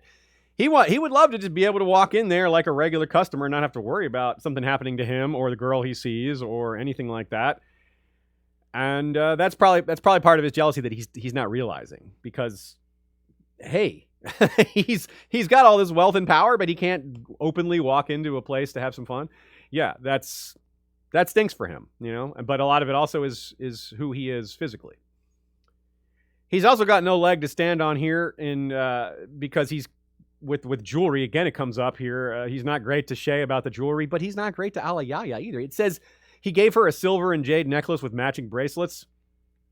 Okay, that's nice, but what she went through is worth way more than that, especially considering how much money Tyrion has at his disposal. That's a debt still unpaid, I'll say, Mr. Lannister. Speaking of the title of this chapter, the Undone firings and all that, we have Boros Blunt restored to his white cloak. Had Selmy been around, perhaps he would have been restored to his cloak as well, but of course, he's nowhere near here. He's on his way to Slaver's Bay aboard the ship with Daenerys and Jorah and all them. Another Kingsguard prominent in this chapter is Loras Tyrell, and this is some real pathos. This is wonderfully written, beautifully done, and has some amazing parallels to the other chapters that we're talking about today and in the future. Tyrion notes how strange it is to see Loras in all white after he was so accustomed to dressing up in extreme splendor. Similar to Jaime, who thinks about how he wished he had worn his golden armor when he killed Aerys instead of his white armor. It's also a metaphor for all the color going out in Loras's life with Renly's death. It's like the savor, the loss. It's like there's nothing wonderful in the world anymore. And he dances around it a bit. He obviously isn't going to admit that Renly's death hit him so hard. So he says other things like this. It is not necessary for a third son to wed or breed. Not necessary, but some find it pleasant. What of love? When the sun is set, no candle can replace it. That is an incredibly quotable line, a beautifully stated, tragic, and often quoted out in the real world. But a formative relationship early in life that went very bad, one that wasn't really allowed by the standards of their society. So yeah, they have more in common than they realize. Tyrion even thinks of Tysha here, but doesn't realize who Loras is speaking of. He just assumes it's some girl. Now, we briefly touched on this last time with last chapter and in the past and other spots with Aemon the Dragon Knight and Loras, and how there's a lot of parallels here because, well, Aemon has a lot in common with Jaime. Loras has a lot in common with Jaime, and the transitive property applies. Loras has a lot in common with Aemon as well. Nina wrote up a great post on some of these specifics on our Facebook page and on her own blog. I recommend checking that out. I'm going to distill some of it here for time's sake and add a few of my own thoughts. Some simple parallels and some not simple ones. Loras joining the Kingsguard and being unable to marry is part of the point. Sure, there's also that he thinks he'll never love again, but everything he's saying about duty and how third sons don't need to marry anyway, what I'm getting at is he doesn't want to marry. He doesn't want to be forced to marry. So this isn't a way out of that. He's like, yeah, if I join the Kingsguard, no one's ever going to force me into a relationship that I'm not even oriented towards, let alone just arranged marriages can go awry for all sorts of reasons, even if you are attracted to the person. Olenna would not have forced him to marry against his orientation, probably, because she knows and would maybe have some sympathy for that. But Mace is probably just not aware of it and would just be, I'm the Lord and I'm going to marry my sons off. Also, Loras legitimately loves Marjorie. Now, as a sister, not in the incesty way, obviously. He's not even interested in women at all. But that's, again, a parallel to Jaime and Aemon with Cersei and Nerys. Now, Aemon probably did love his sister in the incesty way, though I doubt they actually slept together, whereas Jaime and Cersei certainly did. So you get all the range here. Brother-sister love that's kind of pure, brother-sister love that's less pure, but they keep it pure by not touching each other, and straight up full-blown incest. So Jaime and Cersei's queen/Kingsguard relationship, brother-sister relationship, is unique in that sense. Now, Jaime also avoided an arranged marriage by joining the Kingsguard. He didn't want to marry anyone else. He didn't want to be with anybody else. So he was sort of, for similar reasons to Loras, not against the idea because it keeps him from that fate. But of course, Tywin just repeatedly tries to get around the rules, as we've discussed. It's a common enough feature for the Lannisters, being above the law, being above social standards. He's like, yeah, you're in the Kingsguard, but we can get around that. You're the heir, so that means you need to get married. Of course, that comes up later when Tywin tries to not only marry Jaime off, but Cersei as well. Tywin also has a lot in common with Viserys II, while we're on the topic of parallels, and that's important because Viserys II is the father of Aemon the Dragon Knight. So there's a huge amount of parallels between the fathers of these characters that have so much in common as well. I won't go too deep into that. That's a bit far afield, but we do talk about it in other episodes. Our Parallel Lives live stream, I believe I talk about it there. I definitely talk about it in the Blackfire series. I believe at least in episode 1, which covers Aegon the Unworthy himself, and probably I'll probably bring it up later as well. One of those parallels is that Tyrion kills Tywin, and Aemon's brother, Aegon the Unworthy, may have killed their father, Viserys II, as well. There's a rumor about him poisoning him, so that may have happened. And Aemon the Dragon Knight, a figure of song and legend himself, which Jaime and Loras may be later as well. Who knows? They may be figures of song and legend in the future. But Aemon brings us to singer Simon Silvertongue, because, Simon Silvertongue likes to sing about legends and song. That's what they do. All singers do that for the most part. Tyrion realizes he's a threat in this here chapter. Again, as I said at the beginning, he doesn't realize just how big of a threat he is, because at this point, he hasn't done any blackmail. But Tyrion is still tempted to kill him, even at this point. But he thinks it would be wrong, because unlike Tywin, Tyrion is not that kind of man. He's not that kind of ruthless. He's not so overly pragmatic that any threat to him overwrites his sense of justice. Tywin would absolutely just have Simon killed, no question. And Tyrion will do that later when he becomes more of a real threat. This comes with a mention of a certain dancing bear. Simon mentions a dancing bear because it's going to be at the Purple Wedding. We know that it's being arranged for. It's so funny because a lot of people talk about the dancing bear that's going to be at the Purple Wedding. And when we actually get to the Purple Wedding, the dancing bear gets one line. It's barely mentioned because it's Tyrion looks at it and he's like, that's an old bear. He says elderly, but old bear would give it away, and he thinks the bear is clumsy, which Gior isn't maybe clumsy, but his strategic leadership is clumsy. So I don't know if it's meant to be applying to that, but I think it's really funny how this dancing bear turns out to be pretty pathetic. But it's also funny because much later, Jorah, again, of course, we're talking about Mormonts, we talk about bears. When Tyrion is bought at the slave auction along with Penny, Tyrion thinks, he stops himself and he's like, wait, slaver, you can't just buy us. You have to buy Jorah. He's part of our act. Our act, the bear and the maiden fair. He's the bear. And Tyrion's like, why did I do that? Why did I save Jorah? But it's certainly worth bringing up here. We'll get into the why did he save Jorah later, but because that's a little a future plot line. But this part is so relevant in tying it all together with the dancing bears. which are apparently also a big deal in Norvos, where Arya Hota remembers the dancing bears when Doran Martell meets Malario, his wife, his estranged wife, for the first time. All sorts of dancing bears. And of course, in Sam's chapter next week, we get an undead bear. So, speaking of that. Couple thoughts from Joe. Speaking of far-off consequences, Tyrion learns from Varys what we discussed last week. Cersei has changed the game in regards to the Kettle Blacks, which is, we talked about how Tyrion's focused on the wrong goal there, but we didn't really talk about how Cersei started sleeping with the Kettle Blacks and how that is, as Varys puts it, an inexhaustible purse that Tyrion cannot match. That's a great way to put it. But this is going to come back later, too. We don't bring that up just for the humor, but because Tyrion is going to spitefully tell Jaime that Cersei's been sleeping with the Kettle Blacks in response to what Tyrion sees as a spiteful reveal with regards to Tysha. So, yeah, that gets pretty ugly. But it's important to keep in mind here because that is where it's going. And Joe also wonders what Cersei's objective is, or why does she think the Kettle Blacks are so useful? What is it about them that makes her go this far in recruiting them? I mean, she doesn't sleep with all the other people she hires to be with her. I mean, she slept with Lancel, but that's different, very different. He's a young kid and part of her family and reminds her of Jaime. There's no way the Kettle Blacks remind her of Jaime. They don't look anything like Jaime. They don't act anything like Jaime. Maybe a little bit with their swagger, but they don't back it up. Yeah, it's just...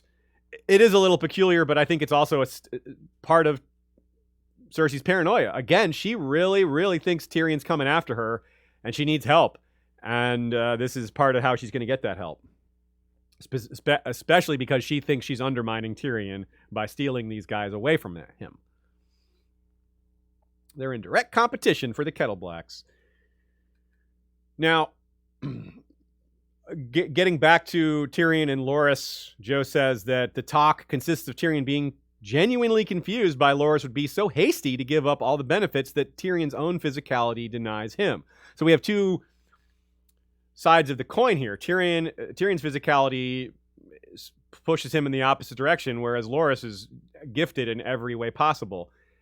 But they're both missing very crucial parts of what's actually going on inside their minds and what they're actually interested in. Of course, Tyrion has no idea Loras' orientation, and Loras has no idea of Tysha when Tyrion refers to his love. Okay, random thoughts from y'all. And a couple more from me. Tyrion reads Beldakar's History of the Rhoynish Wars in this chapter, which I'm like, yeah, maybe we should get that chapter instead. Give it to us. Yeah, History of the Rhoynish. Like, please, yeah. I want that badly. Great catch by Brendan the Bloodlion on Patreon, who says, in Tyrion 2, they say Mandan is quite friendless, which is similar language to Sansa 6 when Peter says, you won't find a man with a mockingbird sewn over his heart, but that does not mean that I am friendless. And we've been looking for hints that Littlefinger is the one who sent Mandan to kill Tyrion. This might be something to add to that list of evidence.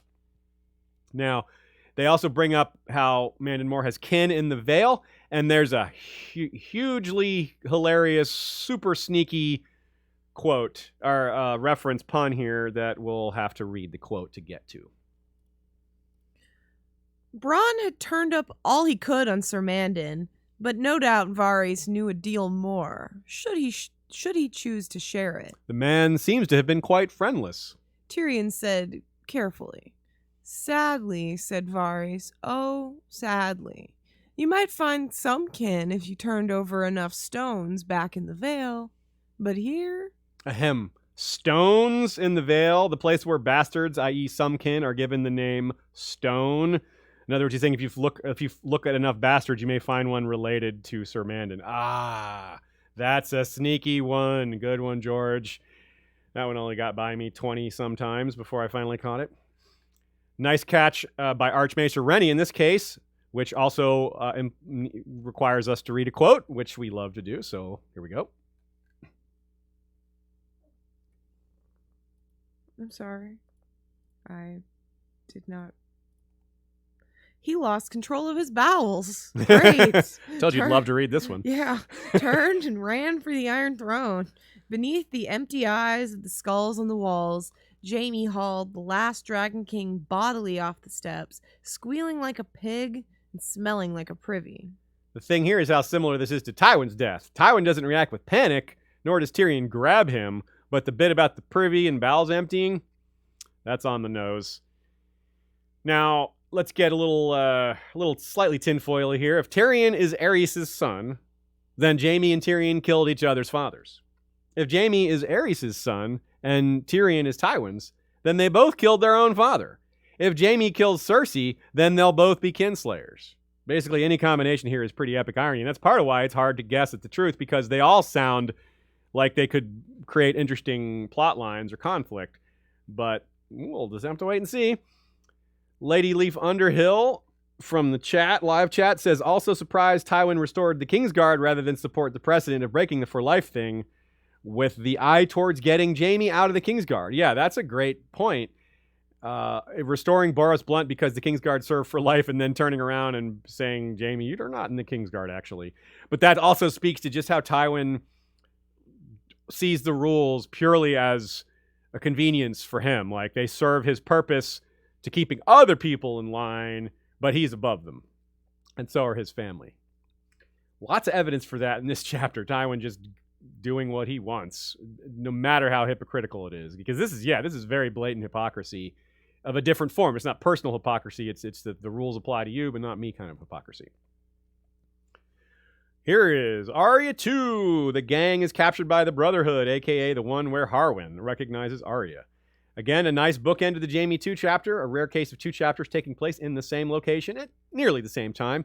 Jaime and Brienne encounter the inn, then dodge the outlaws. Arya and company stumble into the outlaws and are brought to the inn.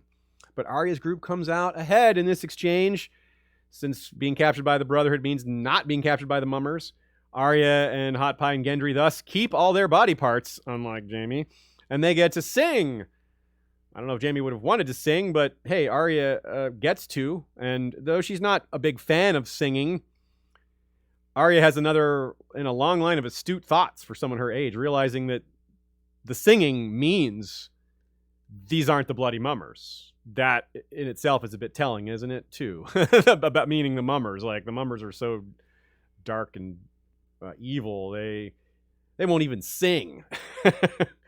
Don't trust someone who doesn't like singing, right? No, I'm kidding.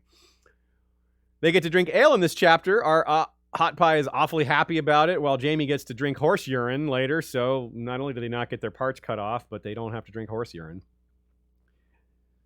The chapter begins with a reminder of 2 of our themes. She was grubbing for vegetables in a dead man's garden when she heard the singing. Life and death and singing all mixed together. Gardens and food symbolize growth and renewal. A song of life and death. Yeah. And a dead man is typical for war.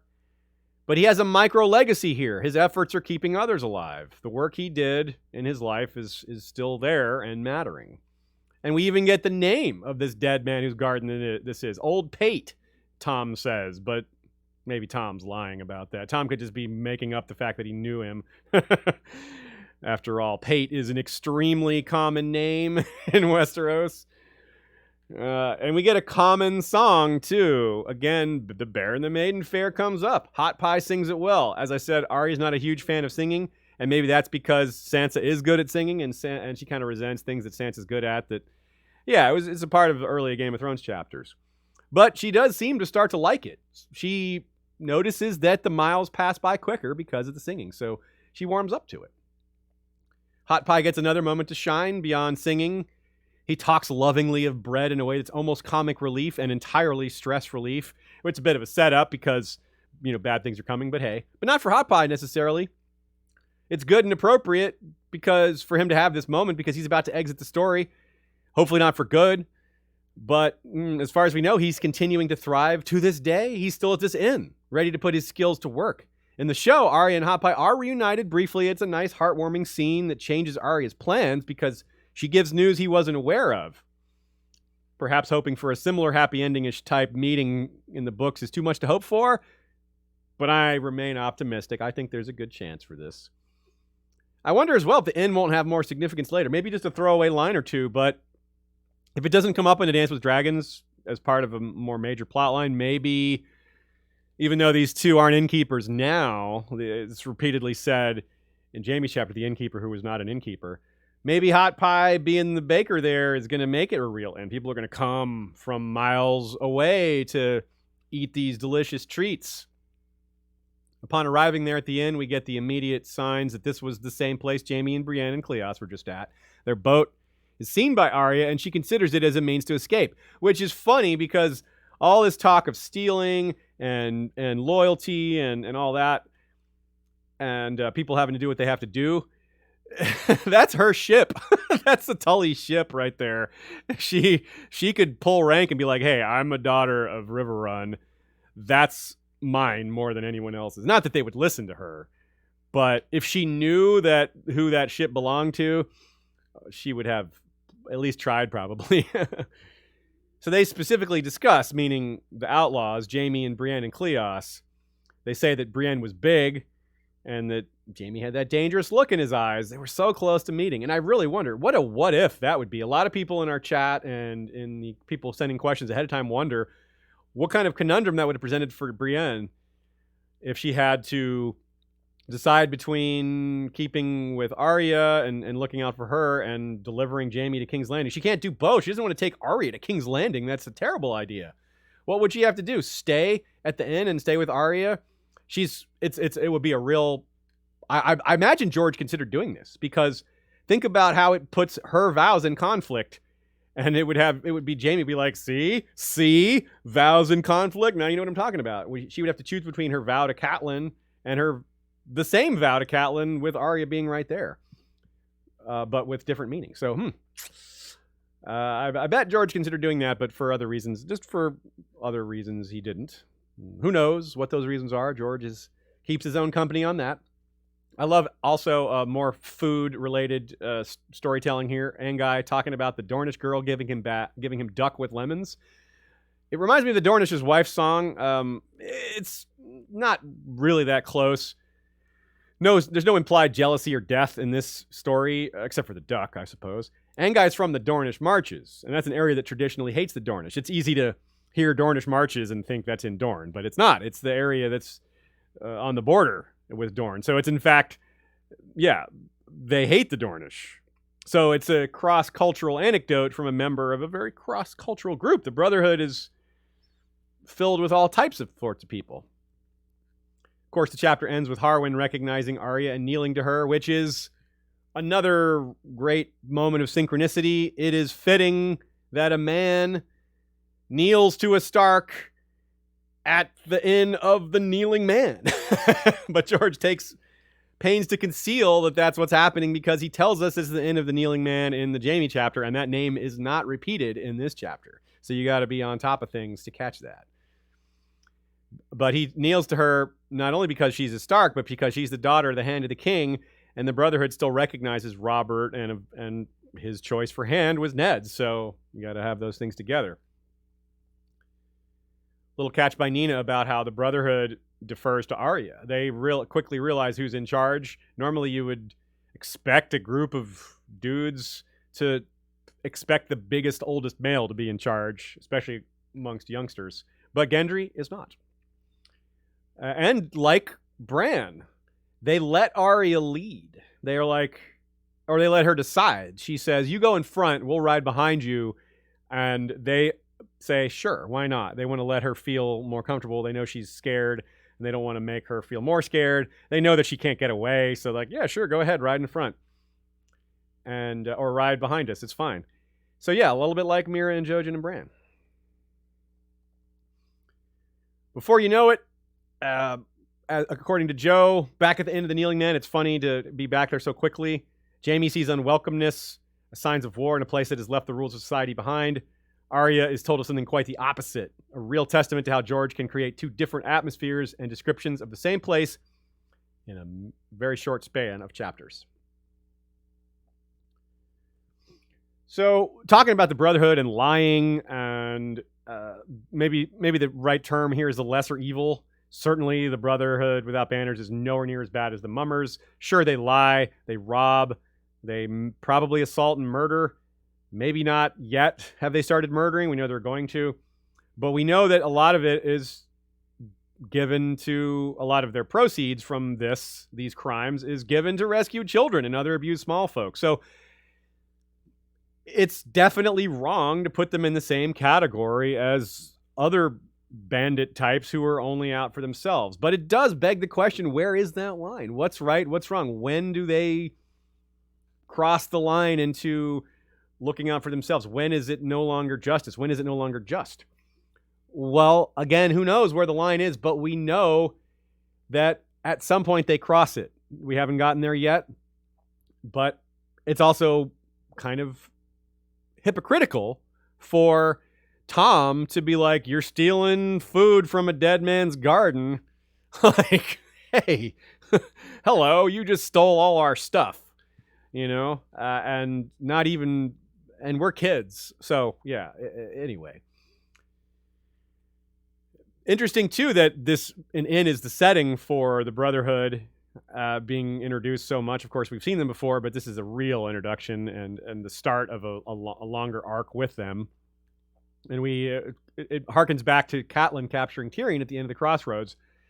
This is sort of the small folk taking charge. Back then, Catelyn sort of just stood up and took over because of who she was, and not that I'm saying she did something wrong here, but the small folk just have so little agency there, and you could see some of them were wary. They were like, "What is she saying here? What are they drawing us? What is this lady drawing us into? What is her plan here? What are we? We're gonna wish we hadn't followed her." And some of them, the ones who did follow her, yeah, they probably wish they didn't. The ones who lived anyway. The ones who didn't, I mean, certainly would wish they didn't follow. And so that's really interesting to think about all that, the power dynamics of that happen in these settings of inns versus what we're more used to seeing, places like castles and throne rooms and things like that. It's also sad to think about how when the Brotherhood starts riding up and she thinks that they're going to capture her and she starts to realize what's going to happen, that it sends her back to being a mouse, that she thinks of how losing her sword is going to take away her agency and makes her feel like she's going to be back in a situation that was similar to the Mountain, which can't blame her for feeling that way, even though we know that's not the truth. But also, it's worse than she thinks. So much of this is set up as a bit of a relief, but we know it's not, because of how dark things are going to get with the Brotherhood and with her escape and how it's going to lead to Stoneheart and her going off to Bravos. A few other thoughts, most of them from y'all. Huge reaction to the humanity in the moment between Harwin and Arya. Lots of feels in our discussion groups, people weighing in on that, talking about how meaningful it was. Also with the bittersweetness of knowing that Harwin's not really going to be as much of a savior as he seems like. Also got to shout out Roy Dotrice doing a fantastic job with the voice work in that scene. The emotion is comes through. His acting is great there. We talked at the beginning of this episode about how important the identity theme is here, and I pointed out that she doesn't say her name. She waits for Harwin to remember if he can. And we can expand on that a little bit by pointing out that only Jaqen and Gendry have heard her say it. Even Hot Pie only learns it, here at this final moment, and he doesn't get to react to it until the next chapter because the chapter ends with Harwin's kneeling before we get to see what Hot Pie and others actually say. Bronwyn Holler from Facebook points out that Arya recognizes the truth of eating while in Nymeria, right? This is probably more reference to Arya 1, but doesn't matter. It's reference to Bran 1 from this chapter. It's a good, important parallel. In other words, Bran gets lost in summer and is really taken in by the feelings and the desire and the satisfaction of being in summer, whereas Arya is much more rational, much more logical, and knows that wolf streams are not nourishing, and that's not going to work out for her. And she immediately rejects that, whereas Bran leans into it. It's a real joy following their parallel progressions as wargs and skin changers, pick your term. One getting schooled while the other isn't. Well, Jon is another test case in the mix as well. A particular joy because it's still an unresolved mystery. Not only is it fun for us to go through and rehash some of these things that we may have missed, but we don't know where it's headed because it's one of the biggest aspects of the Starks, if not the entire series, that was very, vaguely dealt with on the TV show. It's almost like I don't mind. On one hand, it would have been cool to have a lot more of that on the TV show, to have more direwolf action. But on the other hand, it means we get this awesome mystery left from us. Something excellent to look forward to. Thanks to Nina, who brought us over some thoughts from Stephen Atwell, friend of the show, frequent contributor. He also has his own chapter-by-chapter reviews on Race for the Iron Throne, not in podcast form, in essay form, but don't let that slow you down. His writing is fantastic. Check that out if you get the chance. In this case, his contribution is to bring up some parallels to the Brotherhood Without Banners and Robin Hood. Will Scarlet dresses all in red. Lemon Cloak dresses all in yellow, and their personalities are reflected by the color. Will Scarlet is a fiery, passionate guy. Lemon Cloak is dour, sour, etc. Anguy is meant to be Robin, almost certainly. Now, Anguy's not the leader like Robin is, but there's no mistaking that extraordinary skill with the bow. And Tom O'Sevens would be Alan Adale, the singer of the Merry Band. Now, there's other Brotherhood Without Banners, and there's other Merry Men. Maybe more parallels to come later, but we haven't met the rest of the Brotherhood, so we'll hold off on that.